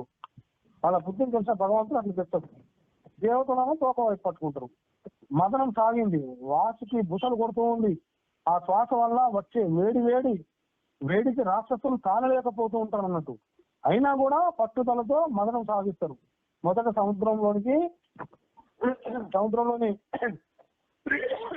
మురికి, సముద్రంలోని పాపం అంతా కూడా హాలాహలం రూపంలో బయటకు వచ్చింది అన్నట్టు. దాని వేడికి లోకాలన్నీ కూడా తల్లడిల్తాయి. అప్పుడు దేవతలు, రాక్షసులు మహాదేవుని ప్రార్థిస్తారు. అందరి మేలు కోరి పార్వతీదేవి అనుమతితోటి ఆ హాలాహలాన్ని అరచేతిలోని తీసుకొని మింగితే అది కంఠంలో ఉండి మహాశివుడు గర్లకంఠుడైపోతాడు అన్నట్టు, నీలకంఠుడైపోతాడు. అంటే ఇతరుల మేలు కోసం పడిన కష్టం భగవత్ ఆరాధన అవుతుంది అనేది మనకు అర్థం చేసుకోవాలి. అంటే సముద్ర మదనంలో వచ్చిన చంద్రుడిని శివుడు తన సరస్సుపై చల్లదనం కోసం ధరించడం జరిగింది. అట్లా అంటే మళ్ళీ సముద్ర మదనం ప్రారంభం అవుతుంది. ఉచ్చైత్రవము అనే తెల్లటి గుర్రం వస్తుంది, దాన్ని బలిచక్రవర్తి తీసుకుంటాడు. ఆ తర్వాత ఐరావతం అనే తెల్లటి ఏనుగు వచ్చింది, దాన్ని ఇంద్రుడు గ్రహిస్తాడు. ఆ తర్వాత వచ్చిన కౌస్తుభం అని పరమాత్మ అయిన విష్ణు భగవానుడు తన వక్షస్థలంపై ధరిస్తాడు. ఆ తర్వాత వచ్చిన కల్పవృక్షం స్వర్గంలో స్థాపించబడుతుంది అన్నట్టు. ఆ తర్వాత వచ్చిన కామధేను, అప్సరసులు అందరూ కూడా స్వర్గానికి పంపబడతారు అన్నట్టు. ఇంతలో ఆకాశంలో మెరుపు మెరిసినట్లుగా సాక్షాత్తు మహాలక్ష్మి దేవి సాగరం నుండి బయటికి వస్తుంది అన్నట్టు. తత సౌరభి సాక్షాత్తు శ్రీ రమా భగవత్పర రంజయంతి దిశ కన్యా విద్యుత్ సౌదామిని యదా. అంటే ఆ మహాలక్ష్మి వరమాల ఇచ్చి ఇష్టం వచ్చిన వాళ్ళని కూడా వరించమని అందరూ వరుసలో కూర్చొని ఉంటారు అన్నట్టు. నారాయణుడు వెనుకగా విడిగా కూర్చొని ఉంటాడు అన్నట్టు. అందరిని పరిశీలిస్తూ వెళ్ళిన శ్రీ మహాలక్ష్మి ఆ నారాయణుని మెడలో వరమాల వేస్తుంది అన్నట్టు. మంగళం భవాన్ విష్ణు, మంగళం గరుడధ్వజ, మంగళం పుండరీకాక్షో, మంగళాయ తనోహరి. శ్రీ మహాలక్ష్మి ఎప్పుడు కూడా నారాయణుని వద్దే ఉంటుంది అన్నట్టు. కానీ లోకవాసుల కొరకు నీలగా సముద్రుని తండ్రిగా చేసుకొని పుట్టుకయే లేని ఆ తల్లి దీపావళి రోజున ప్రకటితమైంది అన్నట్టు. అంటే ఈ విధంగా లోకాలను వెలిగించి లక్ష్మీనారాయణులు మళ్ళీ దంపతులైనారు. సముద్ర మదనం మళ్ళీ సాగింది. వారుని అనే మదిర వచ్చింది. దాన్ని రాక్షసులు గ్రహిస్తారన్నట్టు. ఏది మద్యం. తర్వాత భగవానుడు తానే సాక్షాత్తు ధన్వంతరి రూపంలో అమృత కలశంతో ప్రత్యక్షమవుతాడు. అతని చేతిలో నుండి అమృత కలశాన్ని లాక్కొని రాక్షసులు పరిగెడుతూ వారిలో వారు పోరాటం మొదలు పెడతారు అన్నట్టు. ఇంతలో భగవంతుడు ఏం చేస్తాడు? మోహిని రూపాన్ని ధరించి ఒక చేతిలో తామర పువ్వును తీసుకుని సున్నితంగా ఆడిస్తూ కనపడేసరికి రాక్షసులు మోహవశులైపోతారు. అమృతం సంగతి మర్చిపోయి మోహిని రూపాన్ని వర్ణించడం మొదలు పెడతారు. అహో రూప మహోదామ అహో అక్షాన వంశయం వంభయం ఇదే కామ విదృత్య తచ్చు జిర్జాతు పృచ్ఛయ అని చెప్తారు. అంటే ఇంతటి సౌందర్య రాశిని ఎప్పుడూ చూడలేదు అనుకుంటూ ఆమె దగ్గరికి వెళ్ళి, సుందరి ఒంటరిగా తిరుగుతున్నావు, నీకు వివాహం అయిందా లేదా అని అడుగుతారు. భగవానుడు చిరునవ్వుతో వారిని సమ్మోహితులను చేసి మొదట మీ పరిచయం చేయండి అని చెప్తాడు అన్నట్టు. వెంటనే వాళ్ళు, మేము కశ్యపుని పుత్రులం, మహాబాహుబలంతో అమృతాన్ని బయటకు తీశాము, మేము దీన్ని పంచుకోవడం గురించి పోట్లాడుకుంటున్నాము, నీవు మాకు చక్కగా పంచి పెడితే బాగుంటుంది అంటారు. వెంటనే మోహిని, ఒక అపరిచిత స్త్రీని నమ్మడం అంత మంచిది కాదేమో ఆలోచించండి అన్నది. రాక్షసులు ఆమెను మరింతగా నమ్మి, మేము అమృతం మీ చేతుల మీదుగానే తీసుకోవాలని అనుకుంటున్నాము అని చెప్తారు అన్నట్టు. దానికి మోహినీదేవి సరే అని, అయితే నేను చెప్పినట్లు వినాలి, మీరు కొంచెం ఏమైనా తేడా వచ్చినా తగాదాలు ఆడకూడదని వారిని ఒప్పిస్తుంది అన్నట్టు. ఆ తర్వాత దేవతలను రాక్షసులను వర్ష క్రమంలోంచి అమృత పాత్రను తీసుకుని పైన అంతా కూడా పల్చని నీళ్ళలాగా అడుగున చిక్కగా ఉంది అని చెప్పి దేవతలకు ముందు ఈ యొక్క అమృతాన్ని పోస్తూ రాక్షసుల వంక ఊరగా చూస్తూ ముందుకు సాగింది అన్నట్టు. ఆ యొక్క అక్కడ ఉన్న స్థితిలో స్వరధామ అనే రాక్షసుడు మాత్రం మారువేషంలో వచ్చి ఎందుకైనా మంచిదని సూర్య చంద్రుల మధ్యలో కూర్చుంటాడు. మోహిని చేతిలో అమృతం పోయగానే గొంతులో పోసేసుకుంటాడు అన్నట్టు. వెంటనే సూర్యచంద్రులు సైగ చేస్తే ఆ మోహిని రూపంలో ఉన్న భగవంతుడు తన సుదర్శన చక్రంతో అతని శిరస్సును ఖండించి అమృతంతో సహా అదృశ్యమవుతాడు అన్నట్టు. అంటే ఆ రాక్షసుడు అమృతం తాగడం వల్ల ఆ శిరస్సు వరకు మాత్రమే దేహం వేరుపడి రాహుకేతువులుగా మారుతారన్నట్టు. ఇదంతా శ్రీ మహావిష్ణు మాయ అంటే రాక్షసులు దేవతలపై యుద్ధానికి రావడం జరుగుతుంది అన్నట్టు. భీకర యుద్ధం జరుగుతుంది. అమృతం సేవించి ఉండడం వల్ల ఆ యుద్ధంలో దేవతలు గెలిచి తమ స్వర్గాధిపత్యాన్ని మళ్ళీ పొందుతారు అన్నట్టు వాళ్ళు. అంటే ఈ అద్భుత లీలను సాగించిన పరమాత్మునికి అనేక విధాలుగా స్థుతులు అందిస్తారు అన్నట్టు దేవతలు భక్తులందరూ కూడా. అంటే ఈ మోహిని అవతార కథ అనంతరము శ్రీ శుక మహర్షి పరీక్షితులు వామన అవతార కథను తెలియజేస్తారు అన్నట్టు. దేవదానవ సంగ్రామంలో మరణించిన రాక్షసులందరినీ కూడా వాళ్ళ గురువైన శుక్రాచార్యుడు తన వద్ద ఉన్న అమృత సంజీవిని విద్య చేత బతికించిండు. అందరికీ చక్కటి ఉపదేశం ఇచ్చింది. శ్రీ మహావిష్ణువు చాలా బలవంతుడు మరియు బ్రాహ్మణ పక్షపాతి కాబట్టి మీరందరూ కూడా బ్రాహ్మణులను పూజించి గౌరవించినట్లయితే శ్రీ మహావిష్ణువు మిమ్మల్ని ఏమి చేయలేడు, జయం మీదే అని చెప్తాడు అన్నట్టు. అప్పుడు రాక్షస రాజైన బలి బ్రాహ్మణులను పూజించడము, సత్కరించడము, వారి ఆశీస్సులు పొందడం మొదలు పెడతాడు. ఒక తపస్వి అతని ఆదర సత్కారాలకు మెచ్చి బలి చక్రవర్తికి ఒక దివ్య రథాన్ని ఇస్తాడు. బ్రాహ్మణులు భోజన ప్రియులు, అల్ప సంతోషులు కదా, ఈ రథం ఎక్కితే నీకు పరాజయం అనేది ఉండదని చెప్తాను అన్నట్టు. ఆ రథం ఎక్కి బలి చక్రవర్తి తేజస్సుతో స్వర్గంకు వెళ్ళగానే దేవగురు బృహస్పతి సూచనతోటి దేవతలందరూ స్వర్గం విడిచి పారిపోతారు. ప్రహ్లాదుని మనవడైన ఈ బలి చక్రవర్తి మళ్ళీ స్వర్గాధిపత్యాన్ని పొందుతాడు అన్నట్టు. అంటే శుక్రాచార్యుని సలహా మేరకు స్వర్గాధిపత్యం శాశ్వతం చేసుకోవడానికి నర్మదా నది ఒడ్డున 100 యజ్ఞాలను చేయాలని సంకల్పిస్తారు అన్నట్టు. ఎవరు? ఈ యొక్క బలి చక్రవర్తి. ఆ యజ్ఞాలను ప్రారంభించడం వల్ల అనేక మంది బ్రాహ్మణులను, సత్పురుషులను, మునులను పిలిపిస్తాడు. ఎన్నో విరివిగా దానాలు సత్కారాలు చేయడం మొదలు పెడతాడు అన్నట్టు. అడవులు పట్టి తిరుగుతున్న దేవతలను చూసి వారి మాత అతిథి చాలా బాధపడుతుంది. ఆమె ఏం చేస్తుంది, తన భర్త కశ్యపుని వద్దకు వెళ్ళి రోధిస్తుంది అన్నట్టు. కశ్యపుడు ఆమెకు ఒక వ్రతం ఉపదేశిస్తాడు. అదే పయోవ్రతం. పాల్గొన మాసంలో శుక్లపక్ష పౌర్ణమి నుండి ద్వాదశి వరకు 12 రోజులు కేవలం పాలను మాత్రమే ఆహారంగా తీసుకుంటూ నారాయణుని పూజించాలి. అతిథి ఆ వ్రతాన్ని ఆచరించడం వల్ల శ్రీహరి ప్రసన్నమై ఆమె గర్భంలో భాద్రపద శుక్లపక్ష ద్వాదశి రోజు మధ్యాహ్నం 12 గంటలకు అభిజిత్ ముహూర్తంలో వామనుడుగా ఉద్భవిస్తాడు అన్నట్టు. తం వటు వామనం దృష్ట్వా మోదమాన మహర్షయ కర్మాని కారయామాసు పురత్కృత్య ప్రజాపతి. ఆ వామన భగవాను చూసి అందరూ ఎంతో సంతోషిస్తారు. బ్రాహ్మణులు వాళ్ళ కులంలో భగవానుడు పుట్టినందుకు ఎంతో సంతోషించింది అన్నట్టు. మరి బ్రహ్మదేవుడు అతనికి కమండలం ఇచ్చిండు. వటువుగా ఉన్న అతనికి ఋషులు యజ్ఞోపవీతాన్ని ధరింపజేసిండు. తల్లిదండ్రులు వస్త్రాలను బహుకరించిండు. సరస్వతీదేవి రుద్రాక్షమాలను ఇచ్చింది. ఆకాశం గొడుగునివ్వడం వల్ల భూదేవి పాదుకలను ఇచ్చింది. సప్తర్షులు ఆసనాన్ని ఇచ్చిండు. కుబేరుడు భిక్షాపాత్రను ఇస్తాడు. అన్నపూర్ణాదేవి భిక్ష వేసింది. దేవగురు బృహస్పతి గాయత్రి మంత్రాన్ని ఉపదేశించింది. అందరినీ భిక్ష అడగమని చెప్పగా వామనుడు అక్కడ ఉన్న ఋషులు మునులు పెద్దలైన వాళ్ళందరూ కూడా అడిగి భిక్ష తీసుకుని వచ్చి ఈ బృహస్పతికి సమర్పించాడు. బృహస్పతి నాకు 3 లోకములు భిక్షగా తీసుకురామని చెప్తాడు అన్నట్టు. యజ్ఞం చేసిన బలి చక్రవర్తికి పంపుతాడు అన్నట్టు బృహస్పతి. ఈ ఛత్రాన్ని ధరించి చిన్న చిన్ని పాదుకలతోటి ఎంతో తేజస్సుతో వచ్చిన ఆ వామనమూర్తిని చూసి బలి ఆశ్చర్యపోతాడు అన్నట్టు. చక్కగా సత్కరించి నీకు కావాల్సింది కోరుకోమని అడుగుతాడు అన్నట్టు. వామనుడు నాకేం అక్కర్లేదని చెప్తాడు. నీవు ఏదైనా కోరవలసింది అని బలవంత పెడతాడు. ఎవరు? బలి చక్రవర్తి. ఎక్కడైనా కూర్చుని జపం చేసుకోవడానికి నా పాదంతో కొలిచి 3 అడుగుల నేల ఇమ్మని కోరుతాడు. ఆ చిన్న చిన్ని పాదాలు చూసి దానికి బలి చక్రవర్తి మొదట ఏమి కోరలేదు. బలవంతం పెట్టగా 3 అడుగుల నేలను మాత్రమే కోరినావు నువ్వు. ఇలాంటి అల్ప సంతోష బ్రాహ్మణుని నేను ఎక్కడ చూడలేదు అని చెప్తాడు అన్నట్టు. అయితే జలము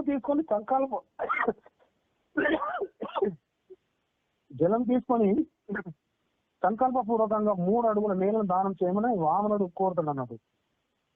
బలి చక్రవర్తి జలం తీసుకుంటూ ఉన్నప్పుడు అక్కడ ఉన్న రాక్షస గురువు శుక్రాచార్యుడు ఆయన యొక్క దివ్య దృష్టితో చూసి వచ్చింది శ్రీమన్నారాయణుడు అని గ్రహించి వెంటనే బలిని హెచ్చరిస్తాడు అన్నట్టు. ఈ వచ్చింది మోహిని రూపంలో అమృతాన్ని దేవతలకు మాత్రమే ఇచ్చిన రాక్షస విరోధి అయిన శ్రీ మహావిష్ణువే అని చెప్తాడు. ఏషవైరోచనే సాక్షాత్ భగవాన్ విష్ణురవ్యయ కశ్యప అదితేర్జాతో దేవాన్ కార్య సాధక అని చెప్తుండు. అంటే ఇంకా ఈ సంపదలో 5వ భాగమే దానం చేయవచ్చు. ధర్మానికి, కీర్తికి, వృత్తి నిమిత్తము, సుఖభోగాలకు, స్వజనులకు ఈ విధంగా సంపదను 5 భాగాలను ఖర్చు చేయాలి అని చెప్తాడు. ధర్మాయ యశశేర్దాయ కామాయ స్వజనాయ చ పంచదా విభజత్ విత్తం మిహ ముక్త సమోదతే. ఇది శాస్త్రవాక్యం అన్నట్టు. అంటే ఇలాంటి సమయంలో అబద్ధం ఆడినా తప్పు లేదు. పెద్దలు 6 సందర్భాలలో అనృత్యం పాపం కాదని చెప్తుంది. అవి స్త్రీల విషయంలో, పరిహాసంలో, వివాహ సందర్భంలో, వ్యాపారంలో, గోబ్రాహ్మణ హింసనాపదకు, 6వది తన ప్రాణ సంకట స్థితిలో. అంటే స్త్రీలు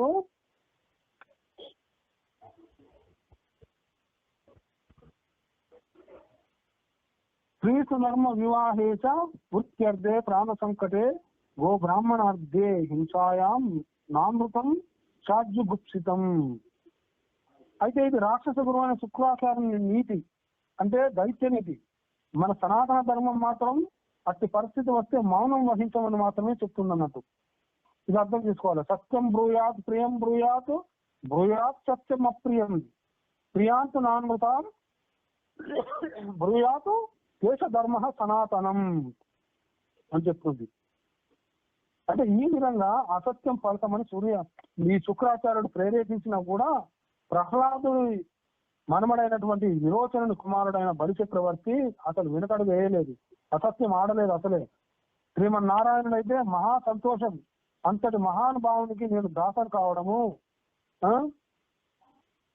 నా అదృష్టం కదా. సాక్షాత్ భగవంతుడే నా చేతి కింద తన చేతిని పెట్టి నన్ను భిక్ష అడుగుతున్నాడు నేను అతనికి దానం చేసే భాగ్యం, ఆహా ఇది ఏమి భాగ్యం అనుకుంటున్నాడు. లక్ష్మీపతి నా ముందు చేసేస్తే ఈ అవకాశాన్ని నేనెలా వదులుకోను అని దానానికి సిద్ధపడతాడు అన్నట్టు, గురువు మాట పక్కన పెట్టేసి. అంటే తన మాట పెడచెవిన పెట్టినందుకు ఆగ్రహించిన శుక్రాచార్యుడు ఏం చేస్తాడు, నువ్వు త్వరలోనే రాజ్యలక్ష్మిని కోల్పోతావు అని చెప్పించి అక్కడి నుండి వెళ్ళిపోతాడు. మళ్ళీ కొన్ని గ్రంథాలలో మనకు తెలియజేస్తుంది, ఈ శుక్రాచార్యుడు పురుగు రూపంలో దానజలం కిందకు రాకుండా అడ్డుపడతాడని, వామనుడు పదునైన దర్భతోటి పొడవుగా ఆ శుక్రాచార్యుని ఒక కన్ను పోయిందని చెప్పబడుతుంది. అంటే బలిచక్రవర్తి సంకల్ప సహితంగా దానజలాన్ని వదిలి ఆ యొక్క వామనుడి పాదాలను నమస్కరిస్తాడు అన్నట్టు. వెంటనే వామనుడు తన విరాట్ రూపంతో ప్రకటనమైపోతుంది. యద్వామన రూపం వద్ద మద్భుతం హరేరంతస్య గుణత్రయాత్మకం భూహు కందితో జౌర్నివత పయోదయస్తిరియం నృదేవా ఋషయో యథాసక్తి. అంటే బలి చూస్తూ ఉండగానే వామన భగవానుడు ఒక పాదంతో కిందికి లోకములన్నింటినీ కొలిచింది అన్నట్టు. రెండవ పాదము బ్రహ్మాండంలోనికి చొప్పించగా పెద్ద జలధార ఆ పాదాన్ని తడిచింది. బ్రహ్మక మండలం నుండి ధ్రువ మండలము సప్తఋషి మండలం మీదుగా స్వర్గమునకు చేరి 4 పాయలైన అవి సీత, అలకనంద, చక్షు, భద్ర. తర్వాత భగీరథుని ప్రార్థన మేరకు అలకనంద గంధమాదన పర్వతంపై దిగింది. అక్కడే గోముఖం నుండి గంగోత్రి, ఋషికేశ్, హరిద్వార్ మీదుగా ప్రవహించి గంగాసాగర్ వద్ద సముద్రంలో కలుస్తుంది. ఇదే భాగీరథి, విష్ణుపది గంగా. వామనుడు 2 పాదములు పూర్తయినాయి. మరి 3వ పాదం ఎక్కడ పెట్టాలి అని అడిగితే బలిచక్రవర్తి ధనవంతుడిగా అహంకరించుకున్న నా తలపై నీ పాదమును ఉంచి నన్ను నిజంగా భాగ్యవంతుని చేయని కోరుతాడు అన్నట్టు. వామనుడు శిరస్సుపై పాదం మోపగా ప్రహ్లాదుడు ప్రత్యక్షమై, ప్రభు నన్ను నీ ఒడిలో కూర్చోబెట్టుకున్నావు, నా మనుమడి శిరస్సుపై పాదమును ఉంచినావు, బలి నిజంగా ధన్యుడు, రాక్షసులపై నీ అపురూపమైన కృప ప్రణమించున్నాను అని నమస్కరించింది అన్నట్టు. వామన భగవానుడు బలి చక్రవర్తితో, ఈ సత్యయుగంలో నీవు నా మనస్సును చూరగొన్నావు, నీ సమస్తం నాకు అర్పించినవు. ప్రస్తుతము నీకు ఇంద్ర పదవి లేకపోయినా 100 యజ్ఞములు చేసినావు గనక రాబోయే మనవంతరంలో ఇంద్రుడుగా ఉంటావు. ప్రస్తుతము ఇంద్రభోగములకు ఏమి తక్కువ కానీ సుతల లోకం నీ వాసం అవుతుంది అని చెప్పి, ఏమైనా వరం కోరుకోవాలనుకుంటే కోరుకో అని చెప్తాడు. అప్పుడు బలిచక్రవర్తి ఏం చేస్తాడు, స్వామి నిత్యం నిన్ను దర్శించే భాగ్యాన్ని నాకు ప్రసాదించు అని కోరుతాడు అన్నట్టు. శ్రీ మహావిష్ణువు అలాగే నీ గుమ్మం దగ్గర ద్వారపాలకుగా ఉంటాను, నేను ఉండి నిత్యం వచ్చేటప్పుడు వెళ్ళేటప్పుడు దర్శించవచ్చు నన్ను అని చెప్తాడు. ఆ విధంగా శ్రీ మహావిష్ణువు బలిచక్రవర్తికి ద్వారపాలకుడు అవుతాడు అన్నట్టు. కొంతకాలానికి నారదుని ద్వారా విషయం తెలుసుకున్న శ్రీ మహాలక్ష్మి మారువేషంలో సుకర లోకానికి వచ్చి బలిచక్రవర్తికి దుఃఖిస్తూ కనపడింది. కారణం తెలుసుకుంటాడు బలిచక్రవర్తి. నాకు సోదరులు లేరు, రక్షాబంధనం రోజు దగ్గరకు వస్తున్నది అని చెప్పింది. దానికి బలిచక్రవర్తి, నాకు కూడా సోదరు లేదు, నీకు అభ్యంతరం లేకపోతే సోదరిగా నా ఇంట ఉండవచ్చు అని ఆమెను ఇంటిలోనికి తీసుకుని వెళ్ళిండు. కొన్ని రోజులకు రక్షాబంధనం పండుగ రోజు ఆమె బలిచక్రవర్తికి రక్షాబంధనం కడుతుంది అన్నట్టు. అది చూసి బలిచక్రవర్తి ఎంతో ఆనందపడతాడు అన్నట్టు. నీకు ఏమి కావాలో కోరుకో అంటాడు. అప్పుడు ఆమె ఏమి వద్దు అంటూనే, నా ఇంటిలో ద్వారపాలకుడు లేడు కావున నీ ద్వారపాలకుడిని ఇవ్వమని కోరుతుంది అన్నట్టు. వెంటనే శ్రీ మహాలక్ష్మి అని గ్రహించిన బలిచక్రవర్తి జగన్నాథునే దానంగా లక్ష్మీదేవికి ఇవ్వగలిగినందుకు పొంగిపోతూ మళ్ళీ ఆ శ్రీ మహావిష్ణువు చేతిని ఆ శ్రీ మహాలక్ష్మి చేతిలో ఉంచుతాడు అన్నట్టు. అప్పటి నుండి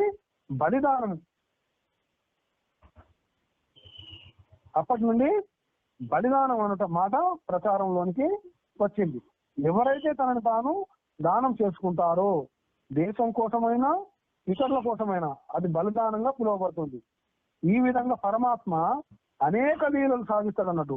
ఒక మన్వంతరంలో మత్స్య రూపం ధరించేసి సత్యవ్రతుడు అనే రాజును కాపాడాడు అని సుఖమహర్షి పరీక్షకు వామన అవతార కథను ముగిస్తాడు అన్నట్టు. ఇది విన్న పరీక్షిత్ మహారాజు భగవంతుని లీలను అద్భుతంగా స్తుతించడం జరిగింది అన్నట్టు. ఈ విధంగా మనం ఈ రోజు 3వ రోజు భాగవత సప్తాహాన్ని సంపూర్ణం చేసుకున్నాం అన్నట్టుగా. ఓకేనా? ఎవరికైనా ఏమైనా సందేహాలు ఉంటే మ్యూట్ నుండి బయటికి రండి.